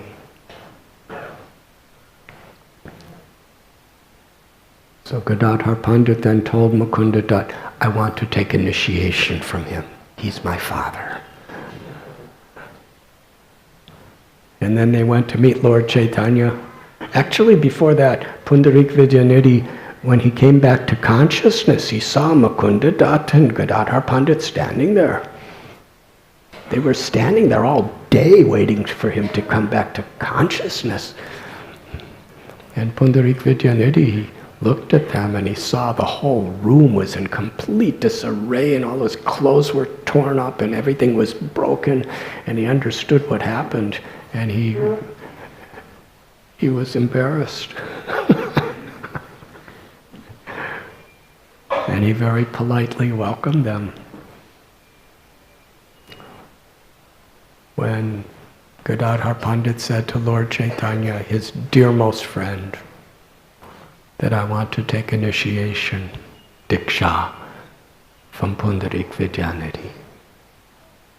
Sri Chaitanya Mahaprabhu was very excited and gave his full blessings, yes, and they fixed an auspicious day. And he became Prishabhanu Maharaj. In the form of Pundarika Vidyanidhi, he became the spiritual father of Sri Gadadhar.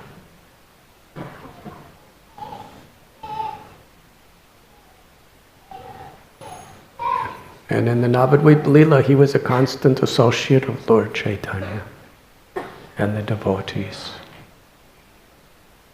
And then we find in Jagannath Puri, there was a festival, Oda Shastri, where they offer Lord Jagannath at the beginning of winter season fresh new clothes, warmer clothes. And Swarup Damodar Goswami, Lord Chaitanya's secretary, and Pundarika Vidyanidhi, together they went for this festival. And Pundarika Vidyanidhi was very much confused because they were offering Jagannath, Baladev and Subhadra starched cloth. Because in those days in Bengal, when they would weave cloth, they would soak it in boiled rice water so it would stick to the hand loom, the threads of the cloth. And it was considered impure. So anybody, before wearing that cloth, they would wash it. But here Jagannath's pujaris were offering Baladev, Subhadra, Mahi and Jagannath unwashed, starched cloth. So Pundarika Vidyanidhi asked Swarup Damodar, why are they doing this? And Swarup Damodar Goswami said, they are Jagannath's pujaris, they do so many things. This is their tradition, they don't follow all these rules. He said, well, that's all right, but still, they should offer only pure things to Jagannath. And then they left, and then they went to sleep. And that night, Jagannath and Balaram appeared. Usually when we see Jagannath and Balaram, they're always smiling. They were in a different darshan, they weren't smiling. They were very angry. And Jagannath said, and Balaram said, Pundarika Vidyanidhi in the dream, that you have criticized my servants, those who are worshipping me with love. For doing this, when you criticize my servants, you are my enemy. And then Jagannath started slapping him with his hands. And Jagannath's hands, he has wooden hands. Slapping him again and again and again, and Pundarika Vidyanidhi was crying in ecstasy and pain too. He was begging, I'm sorry, I beg forgiveness, I will not offend your devotees, I surrender. And Jagannath and Baladev kept slapping him again and again and again, and finally they smiled. And they said, because your offense is not so bad, we will not continue to beat you, but don't do it again. Then they left. And Pundarika Vidyanidhi woke up. When he woke up, he saw his cheeks. His face was red and swollen from being beaten. It was amazing. The next day, Swarup Damodar Goswami came to his house. Let's go for darshan.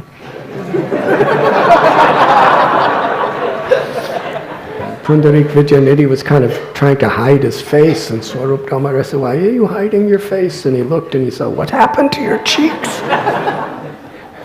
And Pundarika Vidyanidhi had told him the whole story. And Swarup Damodar Goswami was in ecstasy. He was dancing, crying in ecstasy. No one is more fortunate than you, Pundarika Vidyanidhi. How fortunate are you? How much love the Lord has for you. I've never heard anything like this before.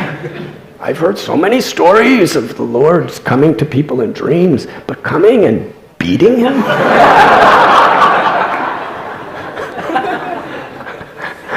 And not only beating, but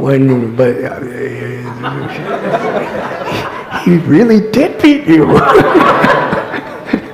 Cheeks are swollen. And Swarup Damodar Goswami was praising that no one is more fortunate, no one is more dear to the Lord than you.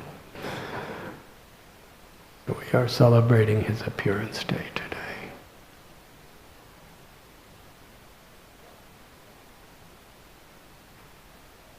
Another great devotee who we're celebrating today is Raghu Nandan Thakur. He was from Shikanda, coming from a family of great Ayurvedic doctors. His father was Mukunda Sarakar, and his uncle was Narahari Sarakar, two of the greatest associates of Lord Chaitanya Mahaprabhu.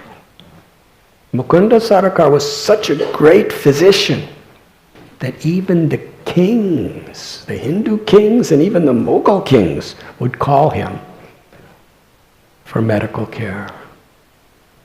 And he was such a great devotee of the Lord.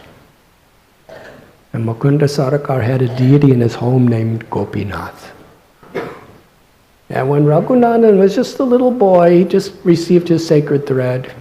In those days in Bengal, they give these ceremonies when you're very young.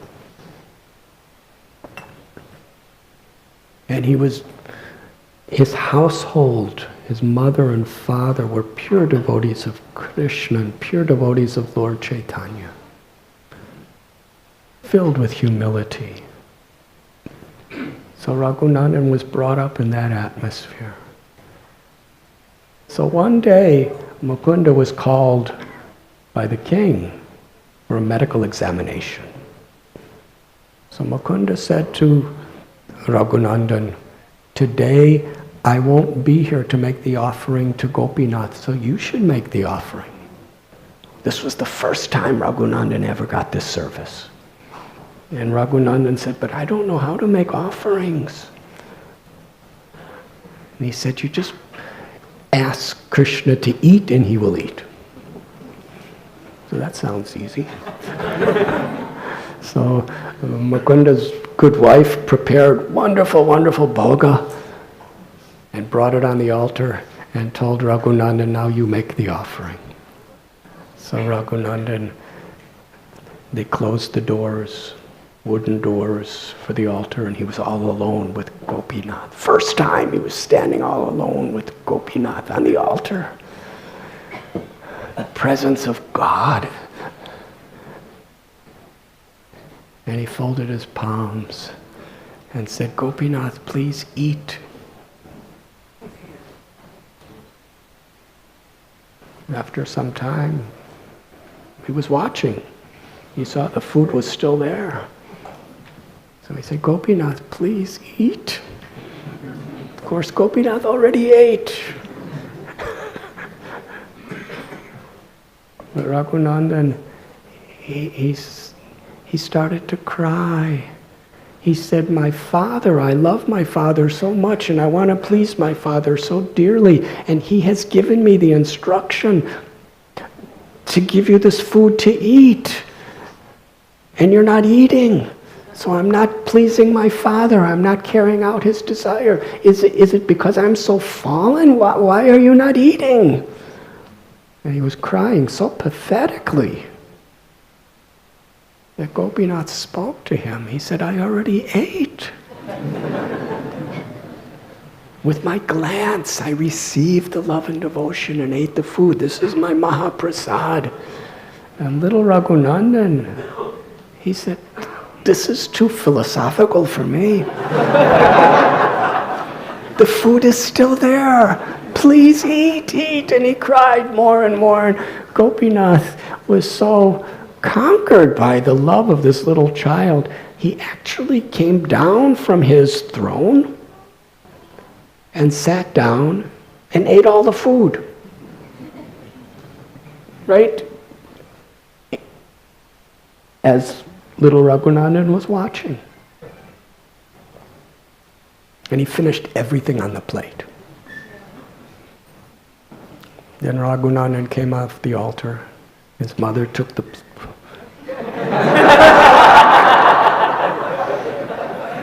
She said, where's the prasad? And Raghunandan said, Gopinath ate it. She said, no, Gopinath didn't eat it. Where is it? He said, no, he did eat it. And she said, you ate it. He said, no, I didn't, honest. He said, how could you do this? You understand you ate Krishna's food on Krishna's altar? And she said, no. Then what happened? He said, I cried and Krishna ate it. She said, well, you better tell your father this. So after some time, Mukunda comes home from work. And he says to his good wife, please give me prasad. She said, there is no prasad. He said, what? He said, ask your son. Raghunandan, what happened to the prasad that you offered? And Raghunandan said, I ate it. And he said, tell me exactly what happened. And he told him the whole story. And Mukunda said, let's make another offering. Do it again. They offered a laddu. And he brought the laddu on the altar, and Mukunda was secretly hiding and watching. And the same thing happened. He offered. Gopinath's playing, he's standing. And then Raghunandan again began to cry, please eat, please eat. And then Mukunda, can you imagine a father with his little son crying before Krishna? And then he saw Gopinath come down from the throne and eat the laddu. And Mukunda was in such joy, he cried out, Hari Bol or something. And as soon as Gopinath understood Mukunda was secretly watching, he got up and stood on the altar. This is Raghunandan Thakur. And he became the pujari of Gopinath. And every day, just out there's a Madhu Puskarini, a little lake right outside the temple where he would worship the deity. And on the banks of that was a kadamba tree. And every single day, 365 days a year, exactly 2 perfectly fragrant blossomed kadamba flowers were on the tree, just for Raghunandan to offer to the deities. And later on, during an ecstatic kirtan, what's that story of Raghunandan with Abhiram Thakur? Yes? Yes, Abhiram Thakur heard about these things.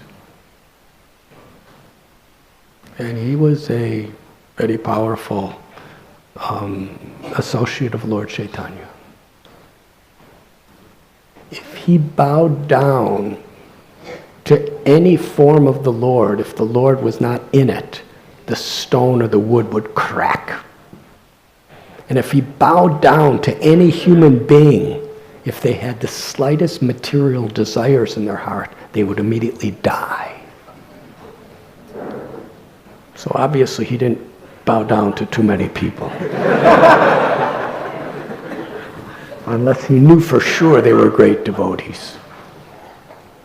So when he heard about Raghu Nandan, who was still a little child when this happened, with this laddu, in fact that laddu, because the Lord only took one bite out of it, it is said the laddu's still there on the altar with one bite in it. It's a pretty old laddu. Somehow or other by Krishna's grace. So Abhiram wanted to come and offer obeisances to such a great soul. So the Srikanda, everybody was very, very much nervous. The mother and the father, what can they do? They're not seeing their son as a Mahatma or a Paramahamsa. They're seeing him as a little boy, and he's still acting like a little boy to them. They were thinking, if Abhiram Thakur bows down, then he will die. So as Abhiram was getting closer and closer to Srikanda, they decided to take Raghunandan to a neighbor's house and hide him, which they did. And Abhiram came to the house. I have come to see Raghunandan. They said, he's not home. Where is he? We don't know. He went out somewhere. He's not home. So Abhiram, he went under a tree. That tree is still there at Srikanda. He went and he sat under a tree, just meditating on this little boy who had so much love for Krishna. And somehow or other, Raghunandan, he was at a neighbor's house, kind of being, hidden. He understood Abhiram was there, and he came running out of the house and ran to the tree. And he was running out, calling out Krishna's names, and Abhiram saw him, and they were running toward each other. And this was really a very dramatic moment, because nobody knew what was going to happen. And suddenly, Abhiram Thakur offered his prostrated obeisances to this little 5-year-old child, Raghunandan. And to everyone's amazement, he lived. And Raghunandan offered obeisances to Abhiram, and they ran toward each other, and Raghunandan jumped in Abhiram's arms, and Abhiram embraced him.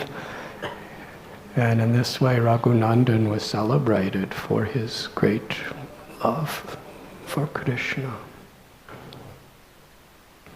And during the Rath Yatra in Puri every year, after Raghunandan was grown up, one of the parties that Lord Chaitanya arranged was of the 7 Sankirtan parties, was from Srikanda, and Raghunandan was the lead dancer. He was especially fond of his beautiful dance. Raghunath Das Goswami.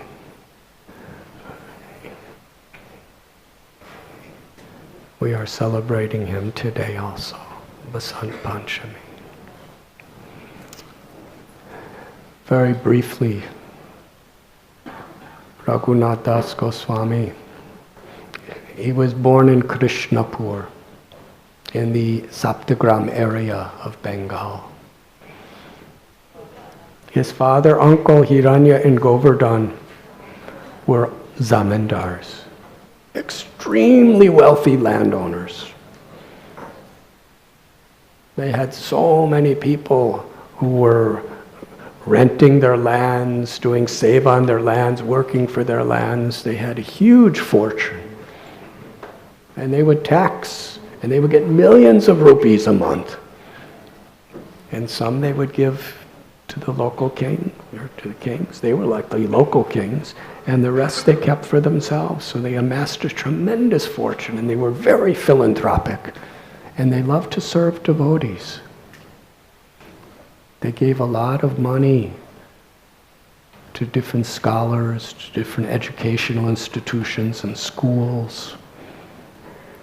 And they were very close with the Advaitacharya in Shantipur. Among the two of them, they only had one child. One son named Raghunath.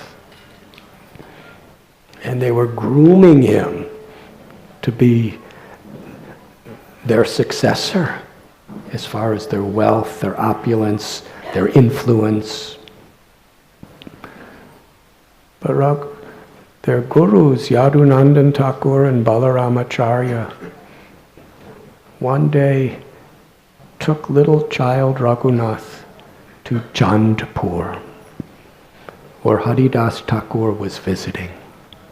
Just after he left Benapole, where he was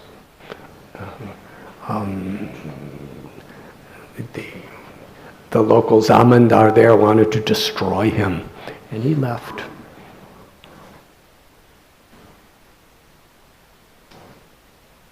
When Raghunath saw Haridas Thakur, his attachment to chanting Krishna's names, his love for Krishna, and his complete detachment from anything that was not favorable for devotional service, it had a powerful effect on this little child's heart.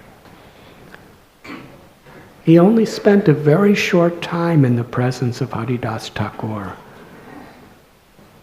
Sadhu Sangha, Sarva Sastakoi, Lavamatra Sadhu Sangha, Sarva Siddhihoi. Even a moment's association with the sadhu can completely transform one's life and open the doors to liberation. So Raghunath Das, after seeing Haridas, he had no other desire or aspiration in life except to follow in the footsteps of Haridas Thakur. I want what he has.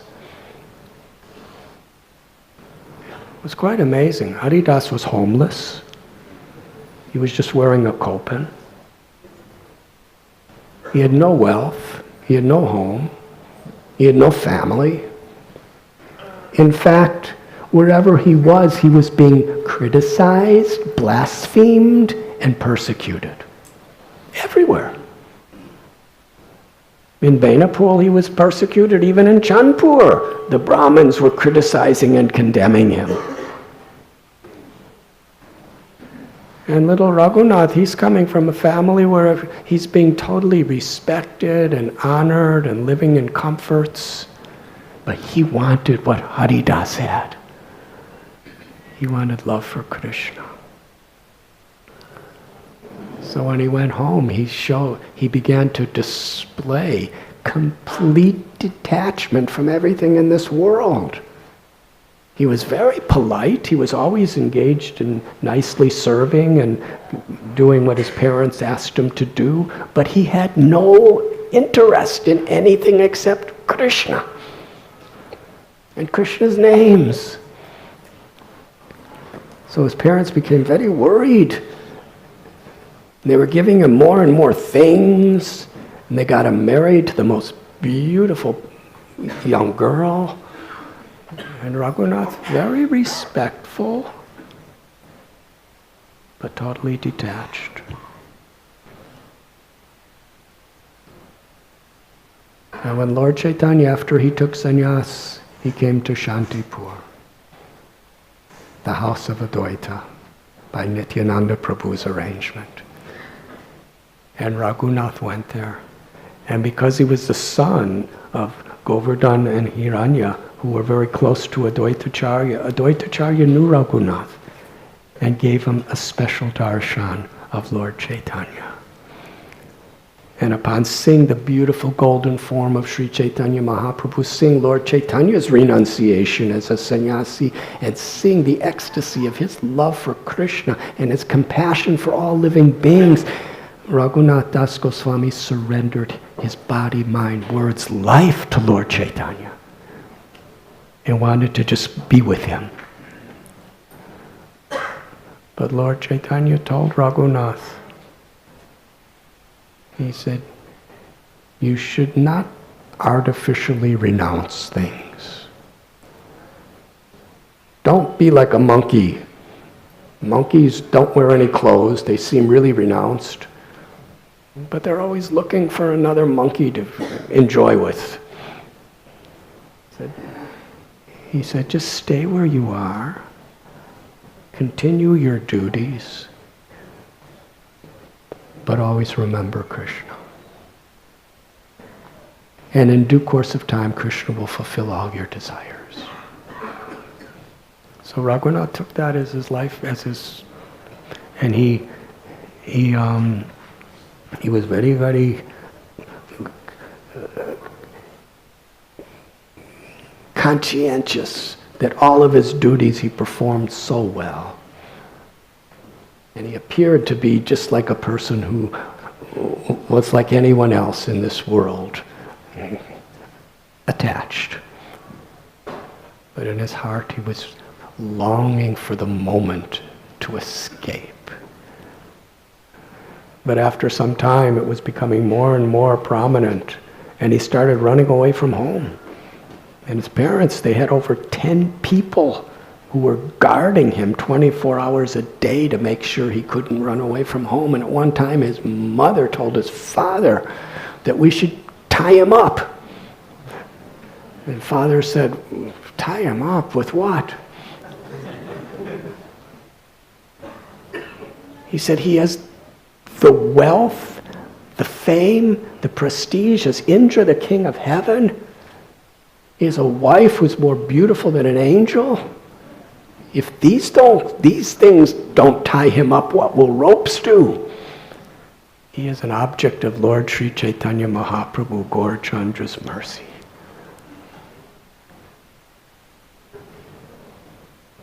So one day Nityananda Prabhu was in Panihati with his associates. And Raghunath Das Goswami, with the permission of his parents, surrounded by so many guards and Brahmins, he went. And Lord Nityananda, he would engage everyone according to their capacity and their nature. He knew that Raghunath was very wealthy. So when Raghunath offers obeisances from a distant place, Nityananda Prabhu, he captured him. He said, like a thief, you are hiding from me. Now your punishment is you must feed all the devotees and all the pilgrims and all the people that are here with chiradahi, with condensed milk and yogurt and chipped rice. So Raghunath Das organized an incredible festival. And gradually, thousands of people gathered, and Raghunath kept getting more and more yogurt and chipped rice and condensed milk, and he soaked half the chipped rice and the condensed milk and half of the yogurt, and he added different types of ghee and sugar and fruit and spices, and gave everybody these 2 clay cups, and people were under the banyan tree with Nityananda Prabhu, and they were lining the bank of the Ganga, and there were so many people, some were in the Ganga with their little pots. And Lord Nityananda was so pleased with Raghunath Das Goswami. He was surrounded by his associates. Lord Nityananda called Lord Chaitanya to appear in a transcendental spiritual form and join this feast. And Lord Chaitanya came, and Raghunath saw it all. And then he was given Nityananda and Lord Chaitanya's personal Maha Prasad by Raghava Pandit. And the next day, he gave donations. He gave donations to Nityananda Prabhu and every devotee. And Nityananda Prabhu asked all the devotees to bless Raghunath Das. And Raghunath went to every devotee and touched their feet and bowed down and offered prayers, and they all blessed him from their hearts. And Nityananda Prabhu said, because Lord Chaitanya personally came to this feast and was so happy, and because all the devotees have blessed you and you have served them so well, very soon all your desires will be fulfilled. And you will be one of the most confidential associates of Sri Chaitanya Mahaprabhu and Jagannath Puri. In fact, he will put you under the particular care of his own secretary, Swarup Damodar Goswami. Now go home and be patient. With those blessings, soon after Raghunath Das, he was sleeping outside in the courtyard where the Chandi Mandap was. And one day, the guru of the family, Raghu Nandan Acharya, he said to Raghunath, it was night. He said, I have to go somewhere, and the priest that's worshipping my deity is having some difficulty. Can you come and talk to him? Because Raghunath was so expert at everything. So Raghunath said, yes, yes. And all the guards, if he's going with his guru, there's no problem. So he left. And then he told Yadunandan Acharya, he said, I'll take care of it, you can go home. And he probably did speak to that pujari. We don't know for sure. But he took this as an opportunity to escape. But he went the opposite direction of Puri, because he knew the guards would come looking for him. And they did. And they went on the road to Puri, and they couldn't find him anywhere. They met Shivananda Sen and the party of Bengali Vaishnavas who were going, and they said they didn't see him. So Raghunath's family were broken-hearted. And meanwhile, Raghunath was going through forest. He wasn't going by any proper roads. It took him 12 days to get to Jagannath Puri, and in this time he only ate a little bit of prasad 3 times. Usually a little milk from a cow that was just being milked. And when he arrived in Puri, he went to the Gambhira and he was bowing down. Mukunda Dutt said, here is Raghunath. And Lord Chaitanya Mahaprabhu lifted him and embraced him. And Lord Chaitanya Mahaprabhu personally, he said, by Krishna's mercy, you have detached yourself from what every person in this world is longing to achieve. And he said, I put you under the care of Swarup Damodar Goswami. And there in Puri, Lord Raghunath Das Goswami exhibited the highest levels of love in separation and renunciation. His renunciation was not just giving up things. His renunciation was a symptom of his total absorption in his service to Krishna and service to Krishna's devotees. He simply had no other inclination.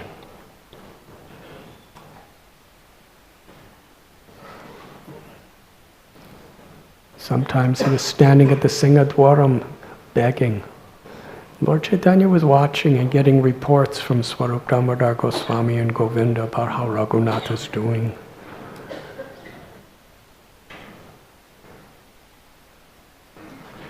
Raghunath's parents sent some people to Puri, and when they came back, they asked, tell us what's happening with our son. Oh, you don't know your son? He's the crest jewel of all renunciates. He sleeps on the ground. He only wears tattered, discarded clothes.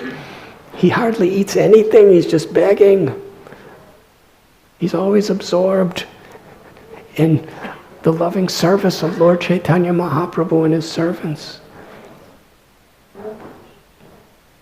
They were praising him, but they were breaking his parents' and family's hearts. So they sent all kinds of wealth and servants to assist Raghunath Das. And he didn't accept anything for himself. He just They had a house for him. They had wonderful boga and prasad that we would make. They had everything for him. It was arranged in Puri. And Raghunath would just sleep on the ground. This Swarup Damodar Goswami, he would beg.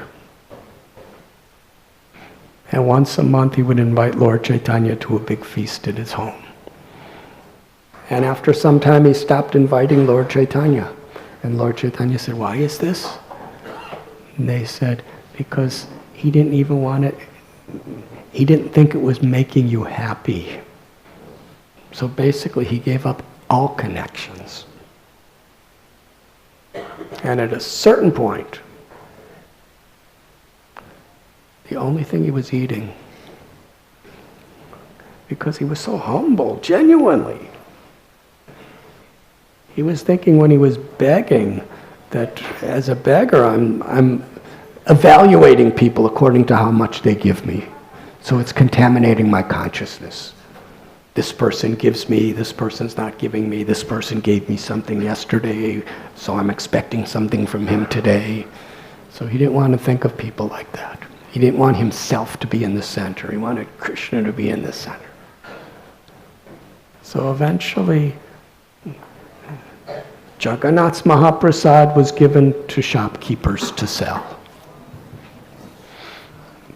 What wasn't sold and got stale and decomposed, they would throw in a pile where the cows of Puri would eat it. And some of the rice that was so decomposed and so rotten and smelled so bad, even the cows would not eat it. And if they did, they would spit it out. That's what Raghunath would eat. At night, when no one was around to see him, he would collect that rice. And because it was spoiled, he would just take the inner portion of it. And because I guess it tasted really bad, he'd put little salt on it. And that was all Raghunath was eating. And Lord Chaitanya heard from Swarup Damodar.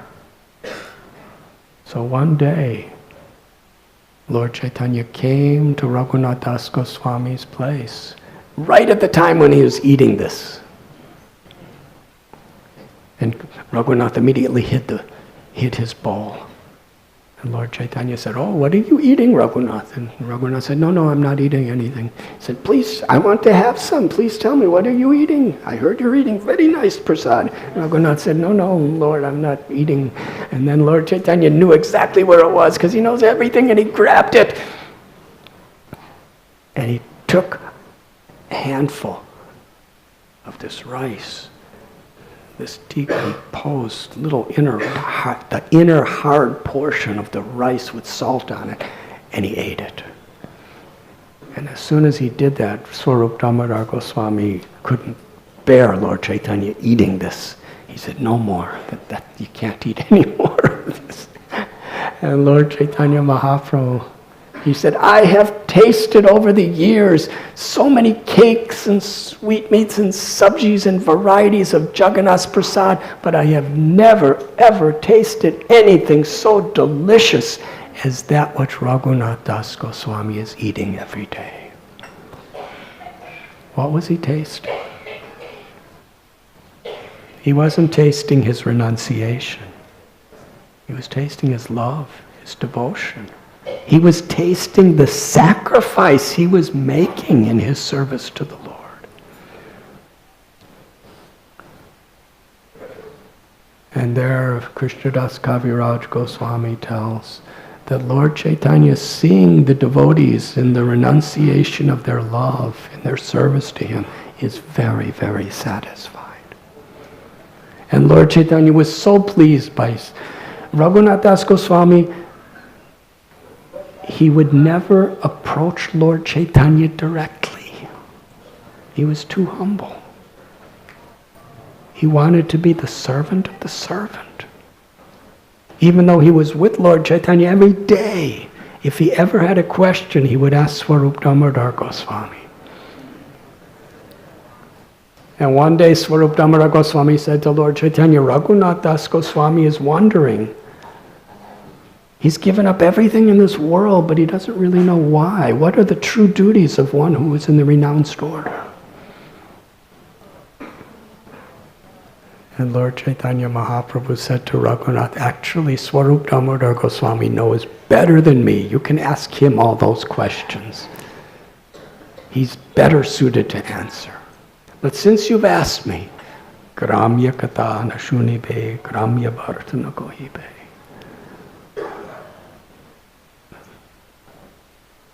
One should not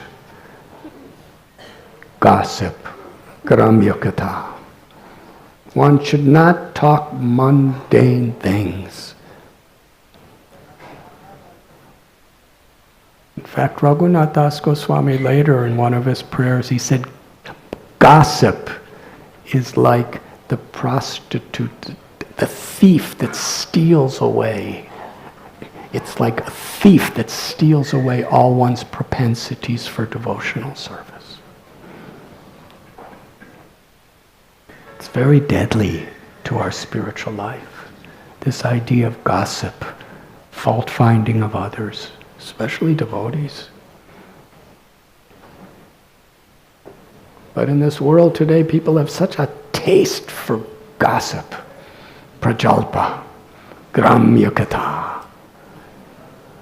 But devotees should be aware that it steals away our propensity for loving service.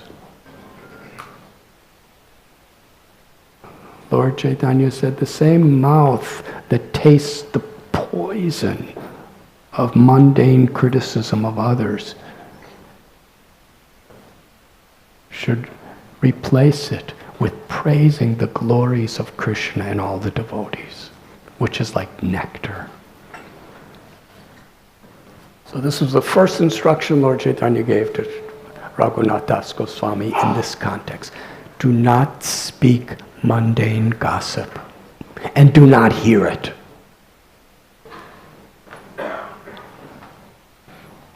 I remember at one time that in the 70s, there was some new machine that could make, I don't remember what it was before the fax, telex, and it was something where you could transfer data from one place in the world to another. And they were saying we should have this at all temples. And Prabhupada said, no, you will simply gossip. So, Internet can have a very, very powerful effect of spreading Krishna consciousness and inspiring devotees and communicating devotees. But most of the time it's simply used for gramya katha, gossip, criticism. So in our lives we should be very careful. So do not speak these mundane gossip and do not hear it. Do not dress too nicely. Do not eat too nicely. Be simple. Simple living, high thinking. And you should always remember Shri Radha Krishna and Vrindavan. And always chant their names. And the only way you can do all these things, amani namanatena, you must have humility and offer all respect to other people and not expect or demand respect for oneself. This is renunciation. And this is renunciation both for brahmacharis, sannyasis, vanaprasthas, and also grihastas. Lord Chaitanya was so pleased with Raghunath Das Goswami that he personally gave him a gift. The most precious thing to Lord Chaitanya's heart. A sannyasi had come from Vrindavan and given Lord Chaitanya a Giriraj Govardhan Sheila. Sri Chaitanya Mahaprabhu kept that Sheila always with him. He kept it close to his heart. And when he would be in the ecstasies of Sri Radha's love, he would press the Sheila to his heart, he would press it to his forehead, he would press him to his eyes. And it said that Govardhan Sheila was constantly moistened by the ecstatic Mahabhav, tears of Sri Chaitanya Mahaprabhu. He kept that Shila for several years himself. And he gave that Shila, entrusted the seva to Raghunath Das Goswami. And gave him personal instructions how to worship him. And had Swarup Damodar Goswami arrange for nice Orisan sweetmeats to be given to Raghunath to offer to the Shila. Raghunath Das Goswami remained in Lord Chaitanya's personal service of Govinda and Swarup Damodar Goswami for 16 years. These were the years Lord Chaitanya Mahaprabhu never once left Puri. After Sri Chaitanya Mahaprabhu went on a South Indian tour and then went to Vrindavan, when he came back to Puri, he never left Puri again. Raghunath Das Goswami every day for 16 years, he was seeing Lord Chaitanya's intimate pastimes in the Gambhira, in the Ratha Yatra, among his devotees. And Swarup Damodar Goswami took the most intimate notes in his diary, and Raghunath Das Goswami had that diary. After Sri Chaitanya Mahaprabhu left this world, Swarup Damodar Goswami soon left the world. And Raghunath Das Goswami, he decided there's nothing left for me to do. The separation of his beloved Guru Swarup Damodar Goswami and Lord Chaitanya Mahaprabhu, it was overbearing. He decided, I'm going to Vrindavan, because Govardhan was so dear to Lord Chaitanya Mahaprabhu, to Sri Sri Radha Govinda Dev.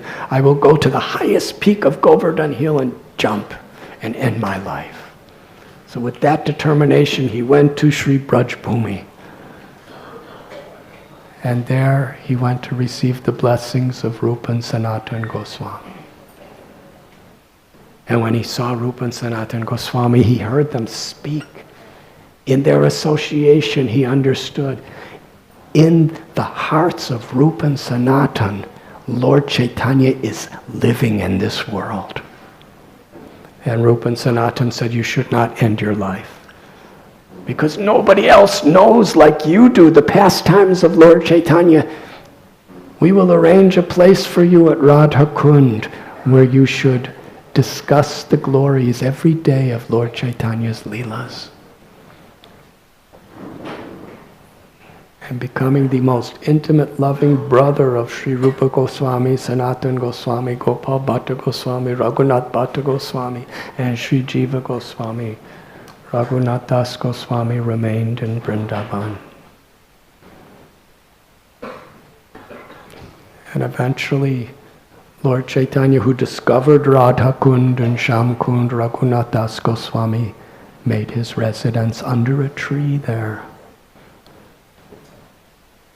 And there are so many stories. He had a dream where Lord Chaitanya Mahaprabhu told him to excavate Radha Kund and Shama Kund.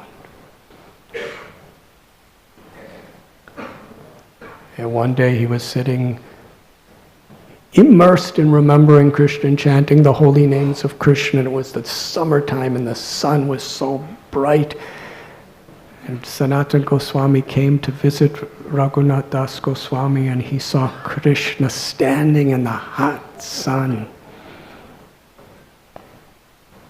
And there was a tiger. There was a tiger just a few feet away from Raghunath Das Goswami drinking water. And Sanatan Goswami saw Krishna with a stick standing between the tiger and Raghunath.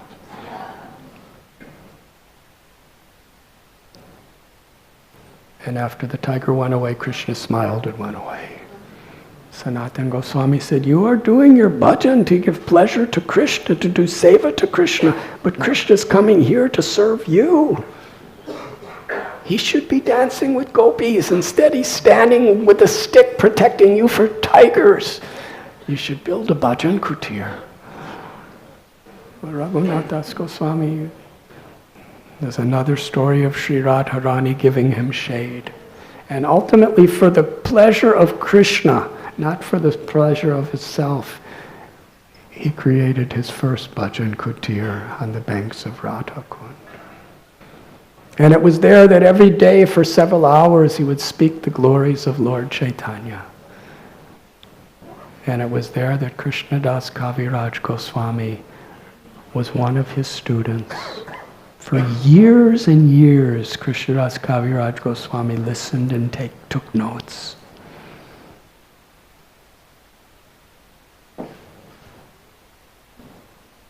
And later, Krishnadas Kaviraj Goswami was asked to write Sri Chaitanya Charitamrita according to what he heard from Raghunath Das Goswami. And on the banks of Radha Kund and Shama Kund, Krishnadas Kaviraj Goswami did that.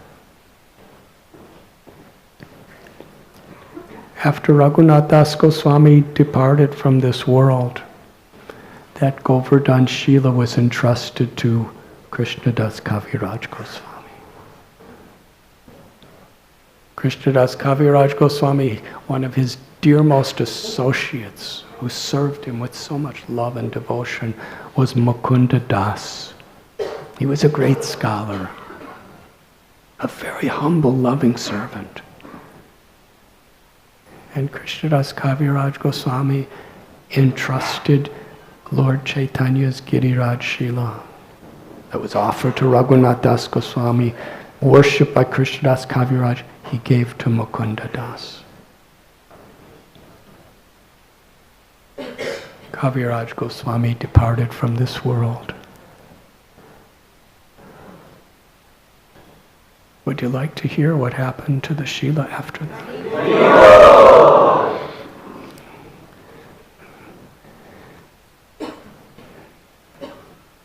I'll have to go back in time.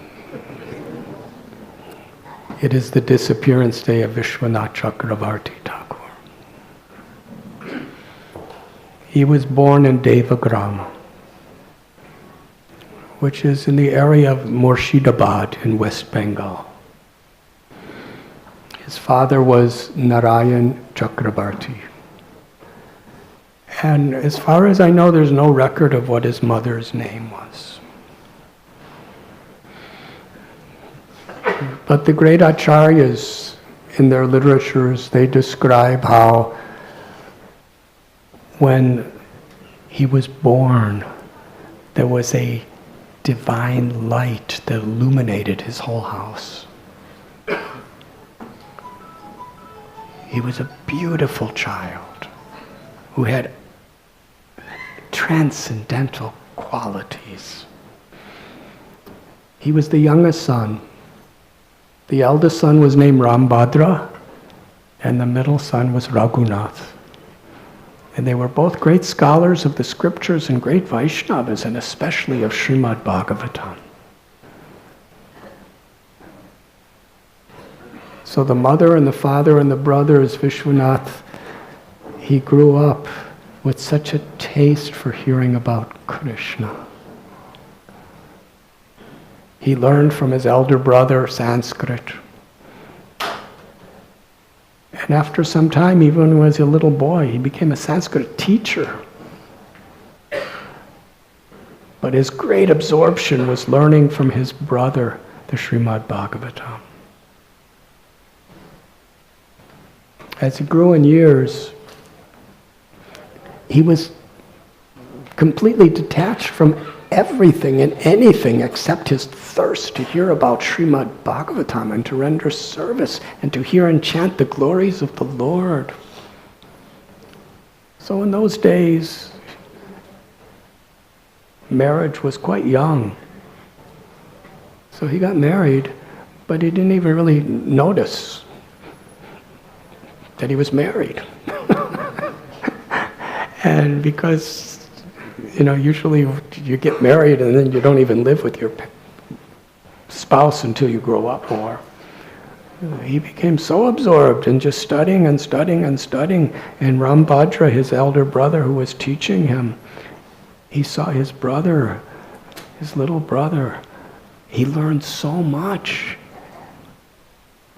And Vishwanath was thirsting for deeper understandings. So his brother sent him to Sayadabad, which was not too far away. And there was a very, very great devotee Vaishnava, a personal associate of the associates of Lord Chaitanya. His name was Krishna Charan Chakravarti. Let me explain to you something about this great devotee. Lokanath Goswami was a personal associate of Lord Chaitanya. His primary disciple was Narottam Das Thakur. Narottam Das Thakur's primary disciple was Ganga Narayan Chakravarti. Ganga Narayan Chakravarti was the head of all the Brahmin community in the Keturi area. He was married.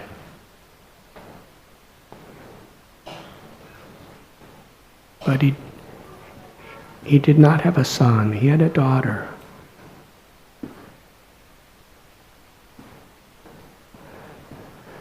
One of his godbrothers, who in previous lectures we have described, his name was Ram Krishna Acharya, who was brothers with Hari Ramacharya. And do you remember that story of two little boys?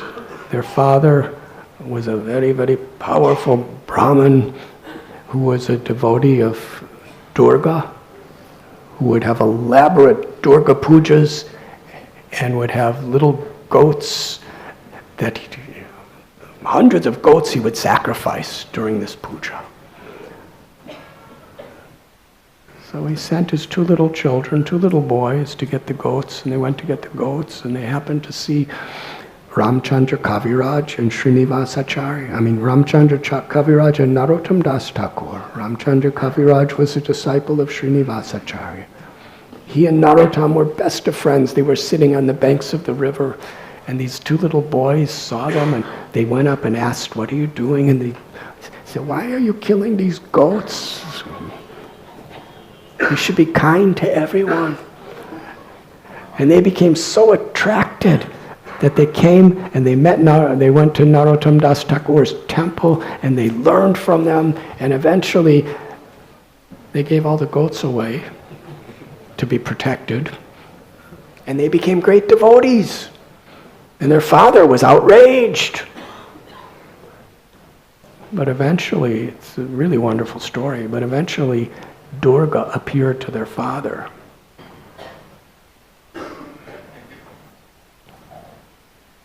And revealed that I'm a devotee of Krishna. I honor the worship and the love of your sons. You should follow in their footsteps. So this Ram Krishna, he had a son. He later got married, and his son was Krishna Charan. And Ganga Narayan Chakravarti became the guru of Krishna Charan, but not only the guru, because he didn't have a son. He loved this boy just like his own son. He was practically an adopted son. And Krishna Charan was living in Sayadabad. And Vishwanath went to study the scriptures from him.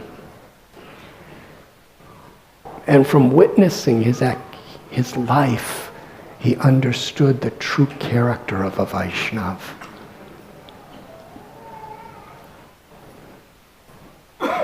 At the time, Krishna Charan Chakravarti was very old.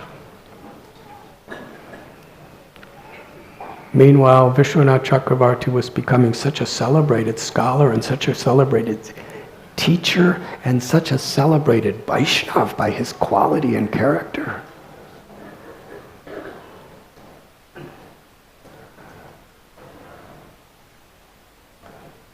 At the time of initiation, Krishna Charan suggested you should take initiation from your god brother, because he wasn't initiated yet, Radhanath Chakravarthi.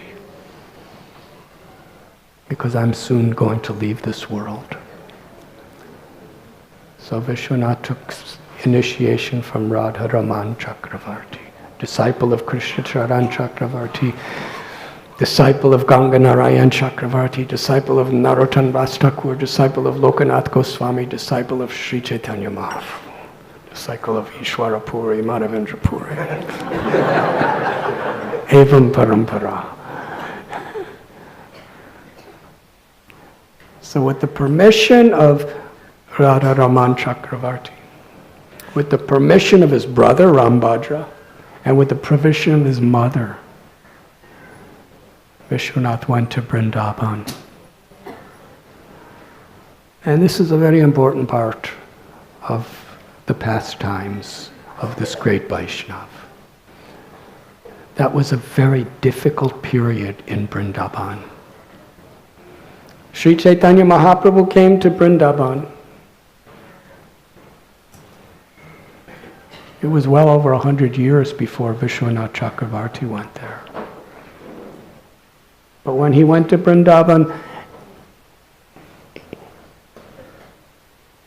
he discovered Radha Kund, Shama Kund, and then he told Rupa and Sanatan Goswami to go and excavate Vrindavan and make it a holy place for the whole world. Establish temples. Establish Vaishnava behavior by their own lifestyle. And extract the essence of all the scriptures to reveal Sri Sri Radharani and Krishna's pastimes in Vrindavan. So Rupa and Sanatan Goswami, along with the other Goswamis, the 6 Goswamis, they gloriously established Vrindavan as a holy place. They revealed the places of Krishna's Leelas. They built beautiful temples, and so many Vaishnavas, Gaudiya Vaishnavas and others, Vallabhacharyas, devotees were there in Vrindavan, and Nimbarkacharya devotees were in Vrindavan. There was such a community of Vaishnavas that were living together, chanting together, dancing together, feasting together, studying together, going to Krishna's holy places together. It was glorious. And in the next generation, Sri Jiva Goswami even further established Vaishnava culture there in Vrindavan. But about a generation after Jiva Goswami, the Mughal king Aurangzeb, he attacked Vrindavan. Defaced temples, destroyed temples, broke deities, killed pujaris, intimidated anyone from their worship. And at this time, most of the deities of the Goswamis had to leave Vrindavan. Radha Govinda, Radha Gopinath, Radha Madan Mohan, Radha Vinod. So many of these murtis, they were brought to Jaipur or other places in Rajasthan. The temples were empty. Nobody went on pilgrimage anywhere in the forests of Vrindavan. The places were becoming forgotten and neglected. And people were just living in fear. That was the state when Vishwanath Chakravarti arrived. And he took it upon himself to restore the glories of Vrindavan, culturally, philosophically, and physically as a place of pilgrimage. So fearless. And he did it. He worked so hard in his seva. Through his preaching, through his enthusiasm, through his love and compassion, through his wisdom, he inspired, he gave strength, he gave fearlessness, he gave love to everyone. It was a renaissance. It was at that time Baladev Vidyabhushan from Orissa. He came to join with Vishwanath Chakravarthi Thakur. It's described there were so many difficulties happening in Vrindavan.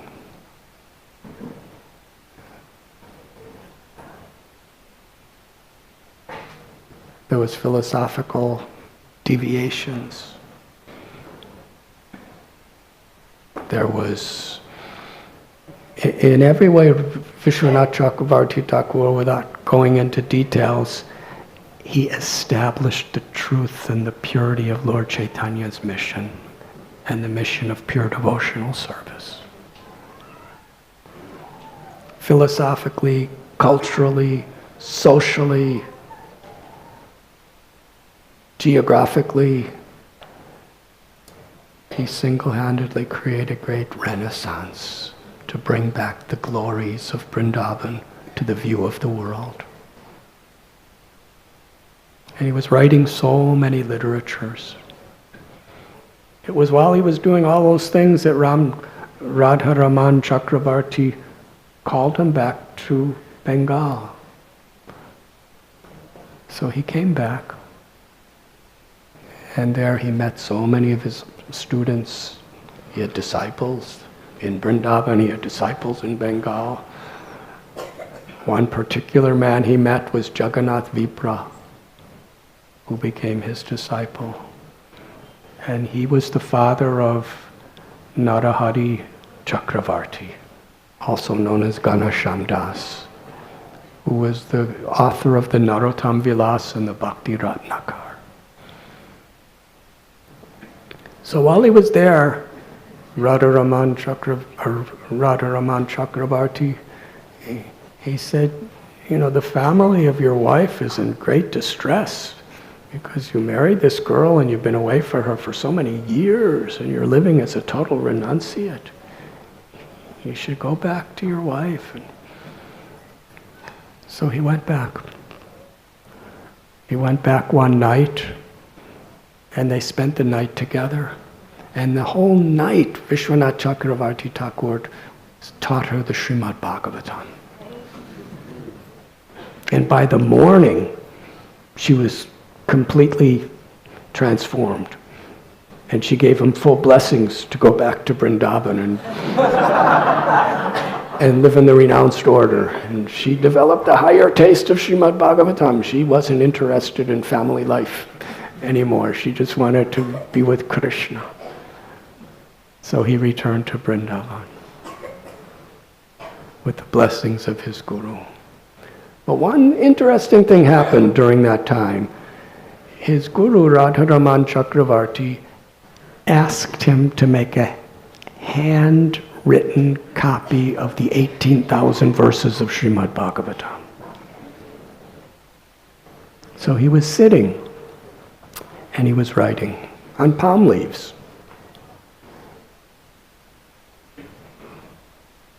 And it is said that even in the summer, when there was the burning heat in the middle of the day, as he was writing Srimad Bhagavatam, people would see there was always shade over him. Nobody even knew where it came from. And one time during the monsoon rainy season, and in Bengal it really rains in the rainy season, a zamindar, a local king, was being carried on a palanquin from one place to another, and he happened to see Vishwanath Chakravarti Thakur just sitting right out in the open during this torrential rainstorm. You know, the king was being held by these, 4 palanquin holders, and they were, struggling with the rain, and he had all kinds of covers over him, and the winds were blowing, and he looked over and saw Vishwanath Chakravarti Thakur just sitting on the ground in the open, peacefully absorbed in copying the Srimad Bhagavatam. Who is this? He came closer, and the king saw not a single drop of rain was touching Vishwanath Chakravarti Thakur, although it was everywhere all around him. So the king got off of his palanquin and offered his dandavat pranams and started offering prayers to Vishwanath Chakravarthi Thakur. And Vishwanath Chakravarthi Thakur didn't even notice that he existed. This was his absorption in Srimad Bhagavatam. But later the Zamindar went back to the town and told everybody. And that's how we know about it. So when he went back to Vrindavan, he was living sometimes in Vrindavan, sometimes at Radhakund, different places. And one day a brahmachari, this brahmachari, he was traveling to all the different holy places of pilgrimage in India and eventually came to Mathura. And this brahmachari had a deity, small deity of Gokulananda. And he worshipped that deity with such simple, pure love. He didn't have a temple. He didn't have money. But wherever he went, this Gokulananda was the heart of his life. And when he came to Mathura, Gokulananda appeared to him in a dream. He said, close by in Vrindavan is a great devotee named Vishwanath. I want to be worshipped by him. Please present me to Vishwanath. So the brahmachari woke up and he went to Vrindavan and he approached Vishwanath and said, Krishna appeared to me in a dream. Gokulananda appeared and told me to give himself to you. Vishwanath Chakravarthi Thakur said, I don't have a home, I don't have any resources, and I'm a very fallen soul. You're very pure at heart. You're giving such satisfaction to Gokulananda. What can I do? So you keep for yourself. The brahmachari said, but Gokulananda told me to give to you. He says, that's all right, he can tell you, but I have no qualification. So I'll take responsibility, bring him home. So the brahmachari went home with Gokulananda. And that night Gokulananda again appeared to the brahmachari and said, bring me back to Vishwanath. But this time he will accept you because I'll appear in his dream too.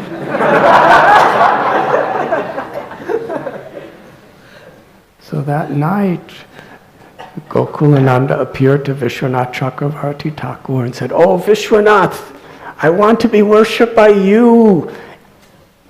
If you don't think you have any food to give me, I will provide the food that you can give me. But it will be my great pleasure to receive your devotion. So please accept me. And as soon as Vishwanath woke up, immediately he woke up and the brahmachari was there with Gokulananda. And Vishwanath Chakravarthi Thakur accepted Gokulananda. And he worshipped with his life and soul. Sometimes in Vrindavan, in Govardhan. And it was there at Govardhan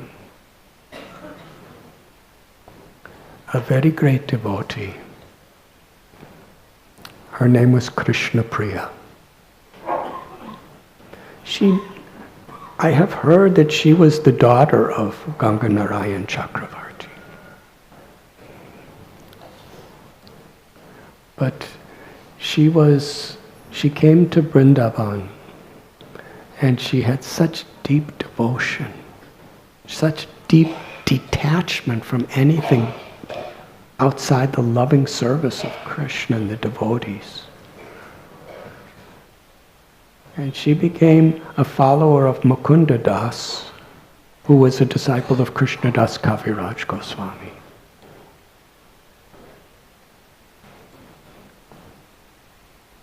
In fact, there's that story of Rupa Kaviraj, who was also a disciple of Mukunda Das and Krishna Das Kaviraj Goswami. And he was such a learned scholar, and he was exhibiting such ecstatic symptoms of love of God, and he was reciting Srimad Bhagavatam at Radha Kund. And one day Krishna Priya came to his katha. And people were standing up to receive her because she was such an exalted person. And he was speaking. And as he was speaking, he stopped and chastised her. He said, how can you do two things at the same time? I'm speaking Srimad Bhagavatam, you're supposed to be listening to me, and I see your tongue is moving. You're chanting. How could you be chanting as I'm speaking Srimad Bhagavatam? And she very respectfully, very lovingly, she said, I'm sorry, but I'm always chanting. And I'm listening, honestly, I'm listening to every word you're speaking, but out of habit, my tongue is constantly moving to the holy names of Krishna. And when she said that, he was outraged, he was furious.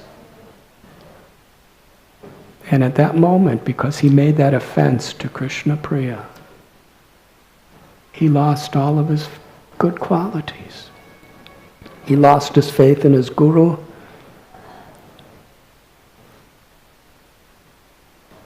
And he lost his faith in Lord Chaitanya's true teachings and started teaching something very different. But because of his charisma, he was misleading a lot of people. And Vishwanath Chakravarthi Thakur had to clarify that to so many people when he was in Vrindavan. But anyways, he left Vrindavan. And eventually he suffered terribly. But this was the power of Krishna Priya, just forgave him. But Krishna didn't. So one time Mukunda Das, he ate some bad prasad and he had a serious stomach problem. And Krishna Priya was like everyone's mother. To the Brijabasis, to the Gaudiya Vaishnavas, she made medicines for him and cooked special prasad for him and made him better. She treated everyone like that. The glories of this Krishna Priya Thakurani. She was Paradukadukhi. She saw everyone's happiness as her own and everyone's suffering as her own. Seeing these qualities in her, Mukunda Das entrusted Sri Chaitanya Mahaprabhu, Raghunath Goswami, Krishna Das Kaviraj Goswami's personal Govardhan Sheila to Srimati Krishna Priya Thakurani. He said, I see no one more fit to worship Giriraj than you. And soon after that, Mukunda Das departed from this world.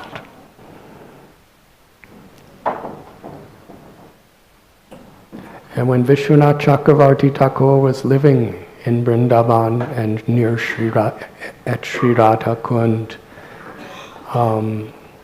Krishna Priya accepted him as like her own son. And he accepted Krishna Priya like his own mother. And she was constantly blessing him with so much affection and so much blessings. And it was Krishna Priya who entrusted the Govardhan Sheila to Vishwanath Chakravarti Thakur. And Vishwanath Chakravarti Thakur took Lord Chaitanya Mahaprabhu Giriraj Sheila and placed him beside Gokulananda and worshipped them for the rest of his life.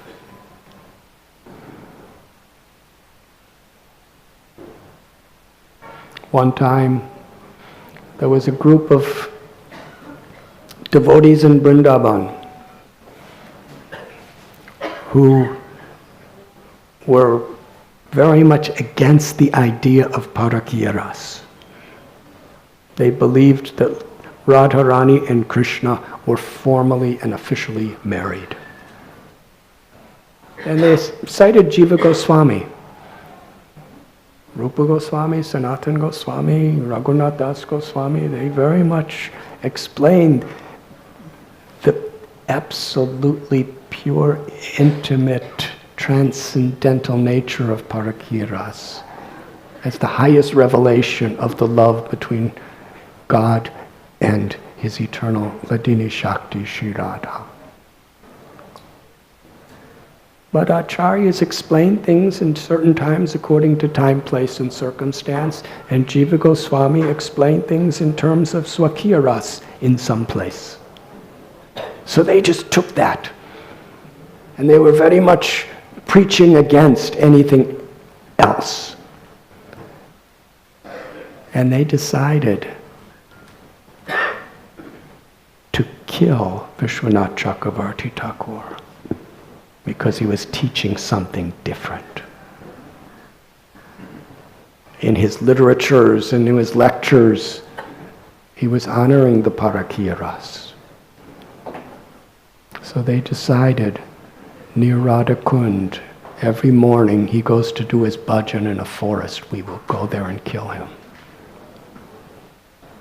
So they went, and they waited. And they saw this beautiful little girl picking flowers. They kept waiting. And Vishwanath Chakravarthi just didn't come. So finally they said to her, "Do you know Vishwanath Chakravarthi? He comes here every day, doesn't he? Do you know where he is?" And the little girl said, "Actually, he's collecting flowers.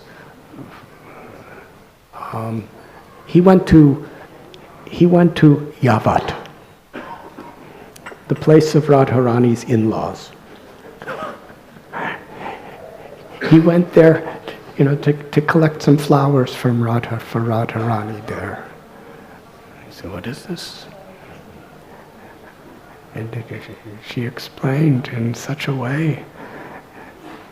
And then suddenly the little girl disappeared.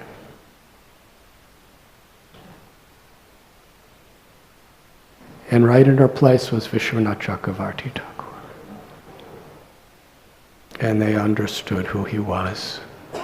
He appeared in his eternal form as a little gopi to actually deliver this highest knowledge to the people who were so envious they were about to kill him.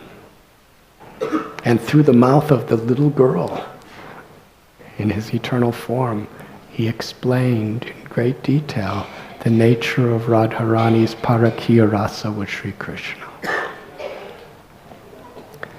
They became his disciples. And there was no longer debate or argument in Vrindavan on that subject. And there is that one famous story, and I'll end with this because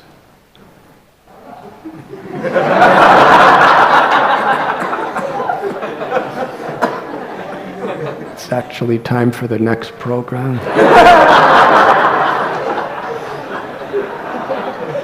Sorry.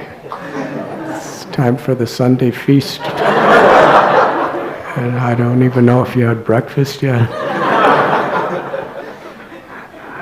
But I was told to speak a long time, so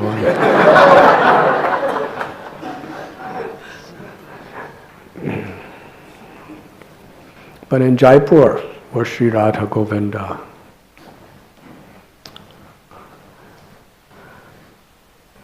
Govinda appeared through Vajranabh, the help of Vishwakarma, just after Krishna departed from the world. After many generations he was lost, and eventually he revealed himself to Sri Rupa Goswami. And the Maharaj Man Singh, a general for the great Mughal king Akbar, built the Radha Govinda temple in Vrindavan, the most magnificent, largest, and most wondrous architecture in all of North India at that time. And Purushottam Jana sent two deities of Sri Radharani, because the Goswamis understood that Radharani is always in the heart of Krishna. So they worshipped Radha Govinda, Radha Madan Mohan. They worshipped Sri Radharani as being personally manifesting in the heart of Krishna, because Krishna can never be anywhere without Radharani in his heart. But Purushottam Jana, the son of Maharaj Prataparudra, he felt that it will be a better meditation for people if they could personally see Radharani. So he had two beautiful deities of Sri Radha for Govinda Dev and Madan Mohan sent in a royal procession to Vrindavan from Jagannath Puri. But what happened is,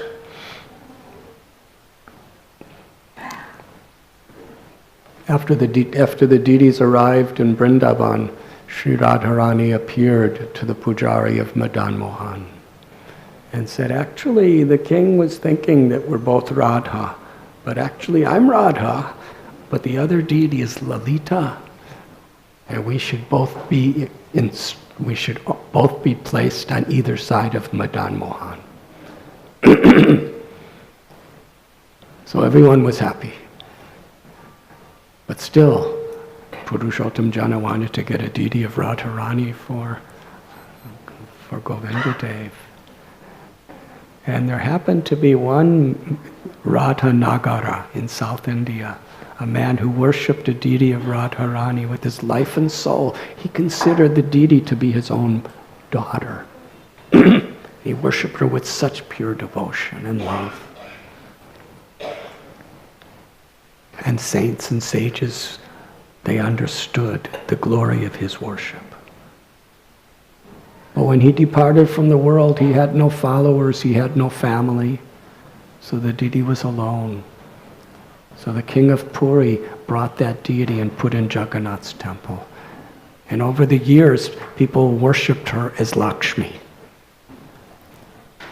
But she appeared to the king and said, actually, I'm not Lakshmi, I'm Radharani, and I want to be with Govinda in Vrindavan. So he was sent. Shri Radha Govinda Dev.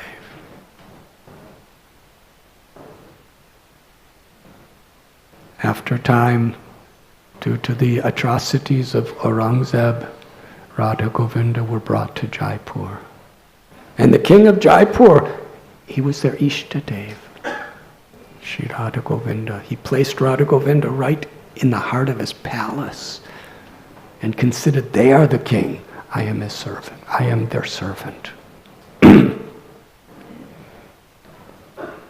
But there was a group of devotees there from another sampradaya who were claiming that where is it that we find Radharani with Krishna? And they were giving so many arguments from different scriptures to minimize the importance of Sri Radharani and especially her worship on the altar. And the king was he didn't believe what they were saying, but he couldn't ignore them because he had to be fair to everyone. They were even saying that the Gaudiya Sampradaya is not bona fide. So he sent a message to Vrindavan. Please come and clarify this. And at that time, Vishwanath Chakravarthi Thakur was quite old. He couldn't travel. So he gave blessings to Baladev Vidyabhushan to go. The devotees in Vrindavan were totally broken-hearted because they took Radharani and put her in a separate place. They separated her from Govinda Dev. This was worse than death. How could they do this? And Baladev Vidyabhushan went. He was such a great philosopher and such a great devotee, and he had such deep devotion. But at a certain point, this other sampradaya accused How can we accept your authority when the Gaudiyas do not have your own commentary of the Brahma Sutras? He said, just give me this much time, I'll get a commentary for you. So with the blessings of Vishwanath Chakravarthi Thakur, he sat before Govinda Dev and prayed to Govinda Dev, please reveal to me a commentary of Vedanta Sutra representing Sri Chaitanya Mahaprabhu Sampradaya. Because in Gaudiya Sampradaya, Srimad Bhagavatam is Vyasadev's commentary. There's no need for another one. But for this reason, to establish authenticity in the eyes of others, it was required.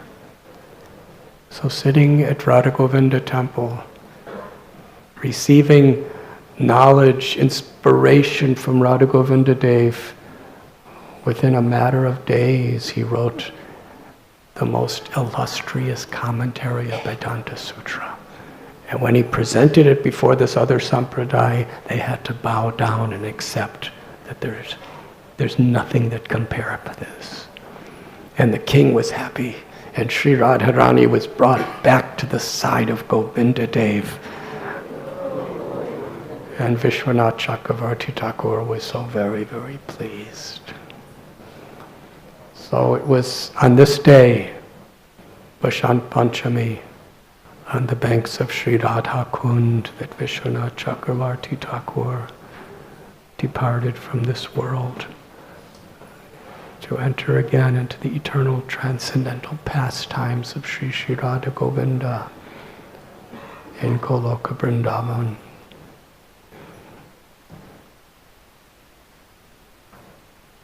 Vasant Panchami is also Saraswati Puja, a day where all over India people are worshipping Saraswati. For us,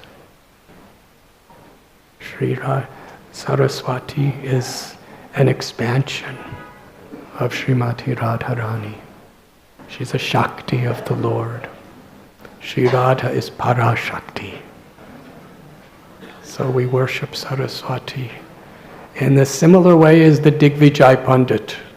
He was a devotee of Saraswati. And when Lord Chaitanya, just a small boy, Nimai Pandit, defeated him in argument, he was completely despondent. Saraswati, you have... Every time I spoke, you would appear on my tongue. But today you disappeared. I was defeated by a little boy who's just a teacher of grammar. I've gone throughout the whole of India and defeated every scholar, and I've been defeated by a little boy. What offense have I done to you, Saraswati? And he fell asleep, and Goddess Saraswati appeared to him. Said, that little boy is the beloved Lord of my life. Whatever knowledge, whatever grace, whatever blessings I have is only coming from him. I am his maidservant. He is Krishna. He is the Supreme Personality of Godhead, the cause of all causes. You should go and surrender to him. That is what will make me happy. She said, my real blessings upon my devotee is not that I give them knowledge and ability to get great, degrees or be conquering pundits. My real mercy is what I gave you today, giving you shelter of the lotus feet of Sri Krishna. So go and surrender to Sri Chaitanya Mahaprabhu, who is Krishna himself. And the next day, Digvijay Pandit came and bowed down to Lord Chaitanya. And Nimai Pandit said, why are you bowing down to me? He said, because I know who you are. The goddess Saraswati told me everything. And Lord Chaitanya said, don't tell this to anyone. So as far as Saraswati Puja, there's There's no greater way of doing Saraswati Puja than taking shelter of Shri Radha Gopinath. By sincerely chanting their holy names.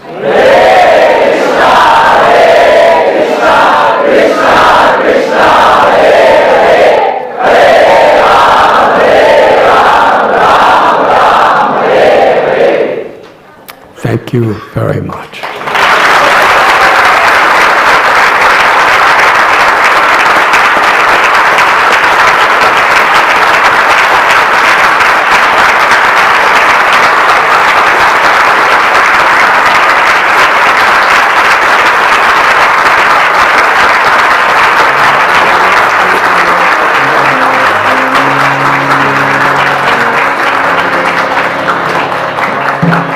Namo Om Vishnu Padaya Krishna Prestaya Bhutale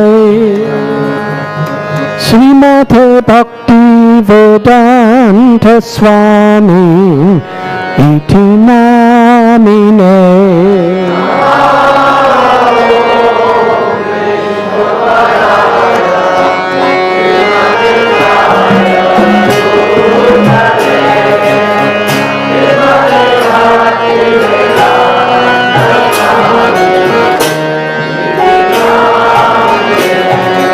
Namaste Saraswati Deve Gauravani Pracharine Nirvishesha Sunyavadi Paschatya Satarine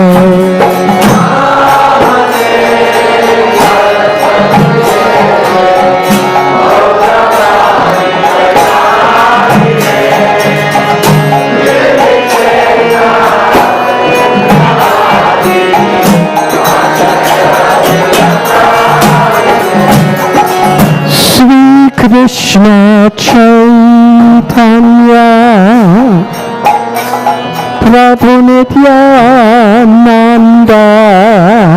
Sri Advaita Gadadhar Srivasadi Gaur Bhakta Vrinda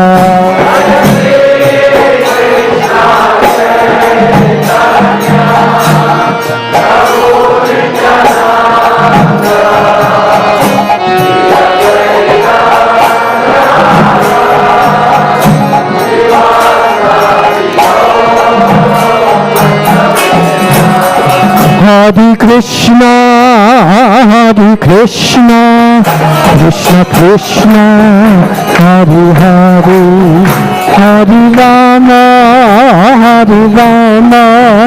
Rama Rama, Hare Hare.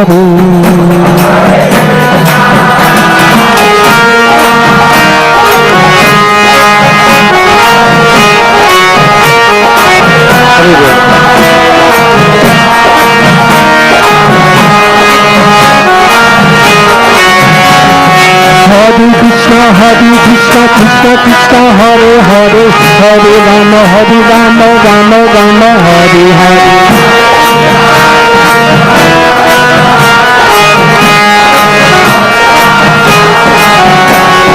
Hare Krishna, Krishna Krishna, Hare Hare, Hare Rama, Rama Rama, Hare Hare.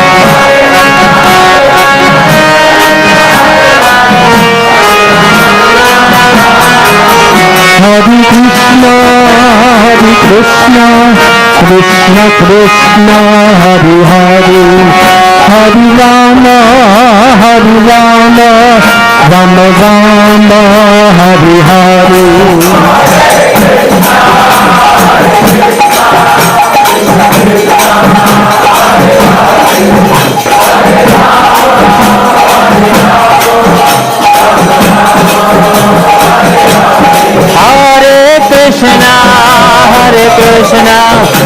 Krishna Krishna, Hare Hare, Hare Rama, Rama Rama, Hare Hare.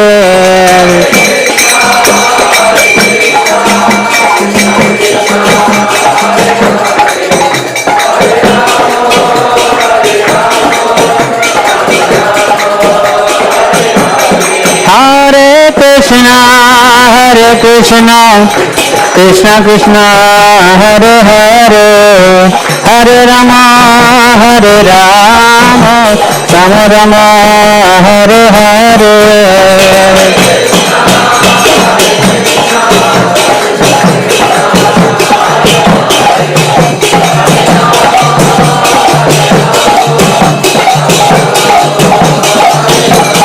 Hare Krishna, Hare Krishna, Krishna, Hare Hare, Hare Rama, Hare Rama, Rama Rama, Hare Hare.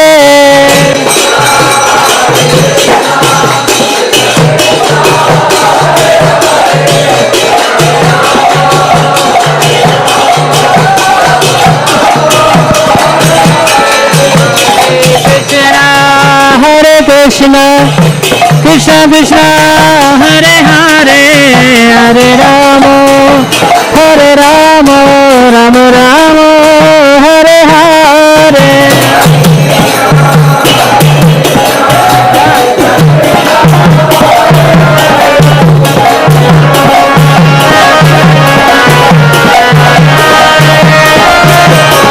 Hare Krishna, Hare Krishna, Krishna Krishna, Hare Hare, Hare Rama, Hare Rama, Rama Rama, Hare Hare.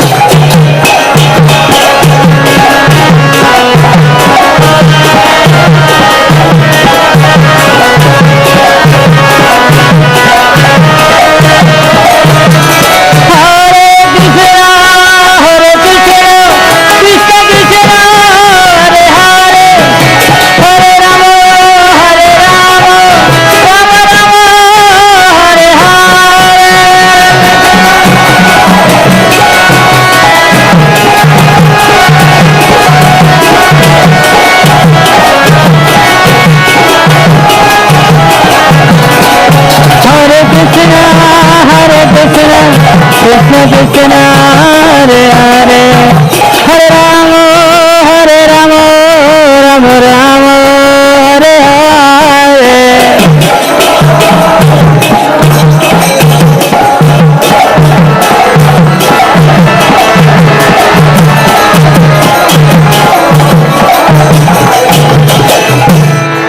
Hare Krishna, Hare Krishna, Krishna Krishna, Hare Hare, Hare Ram, Hare Rama, Ram Ram, Hare Hare.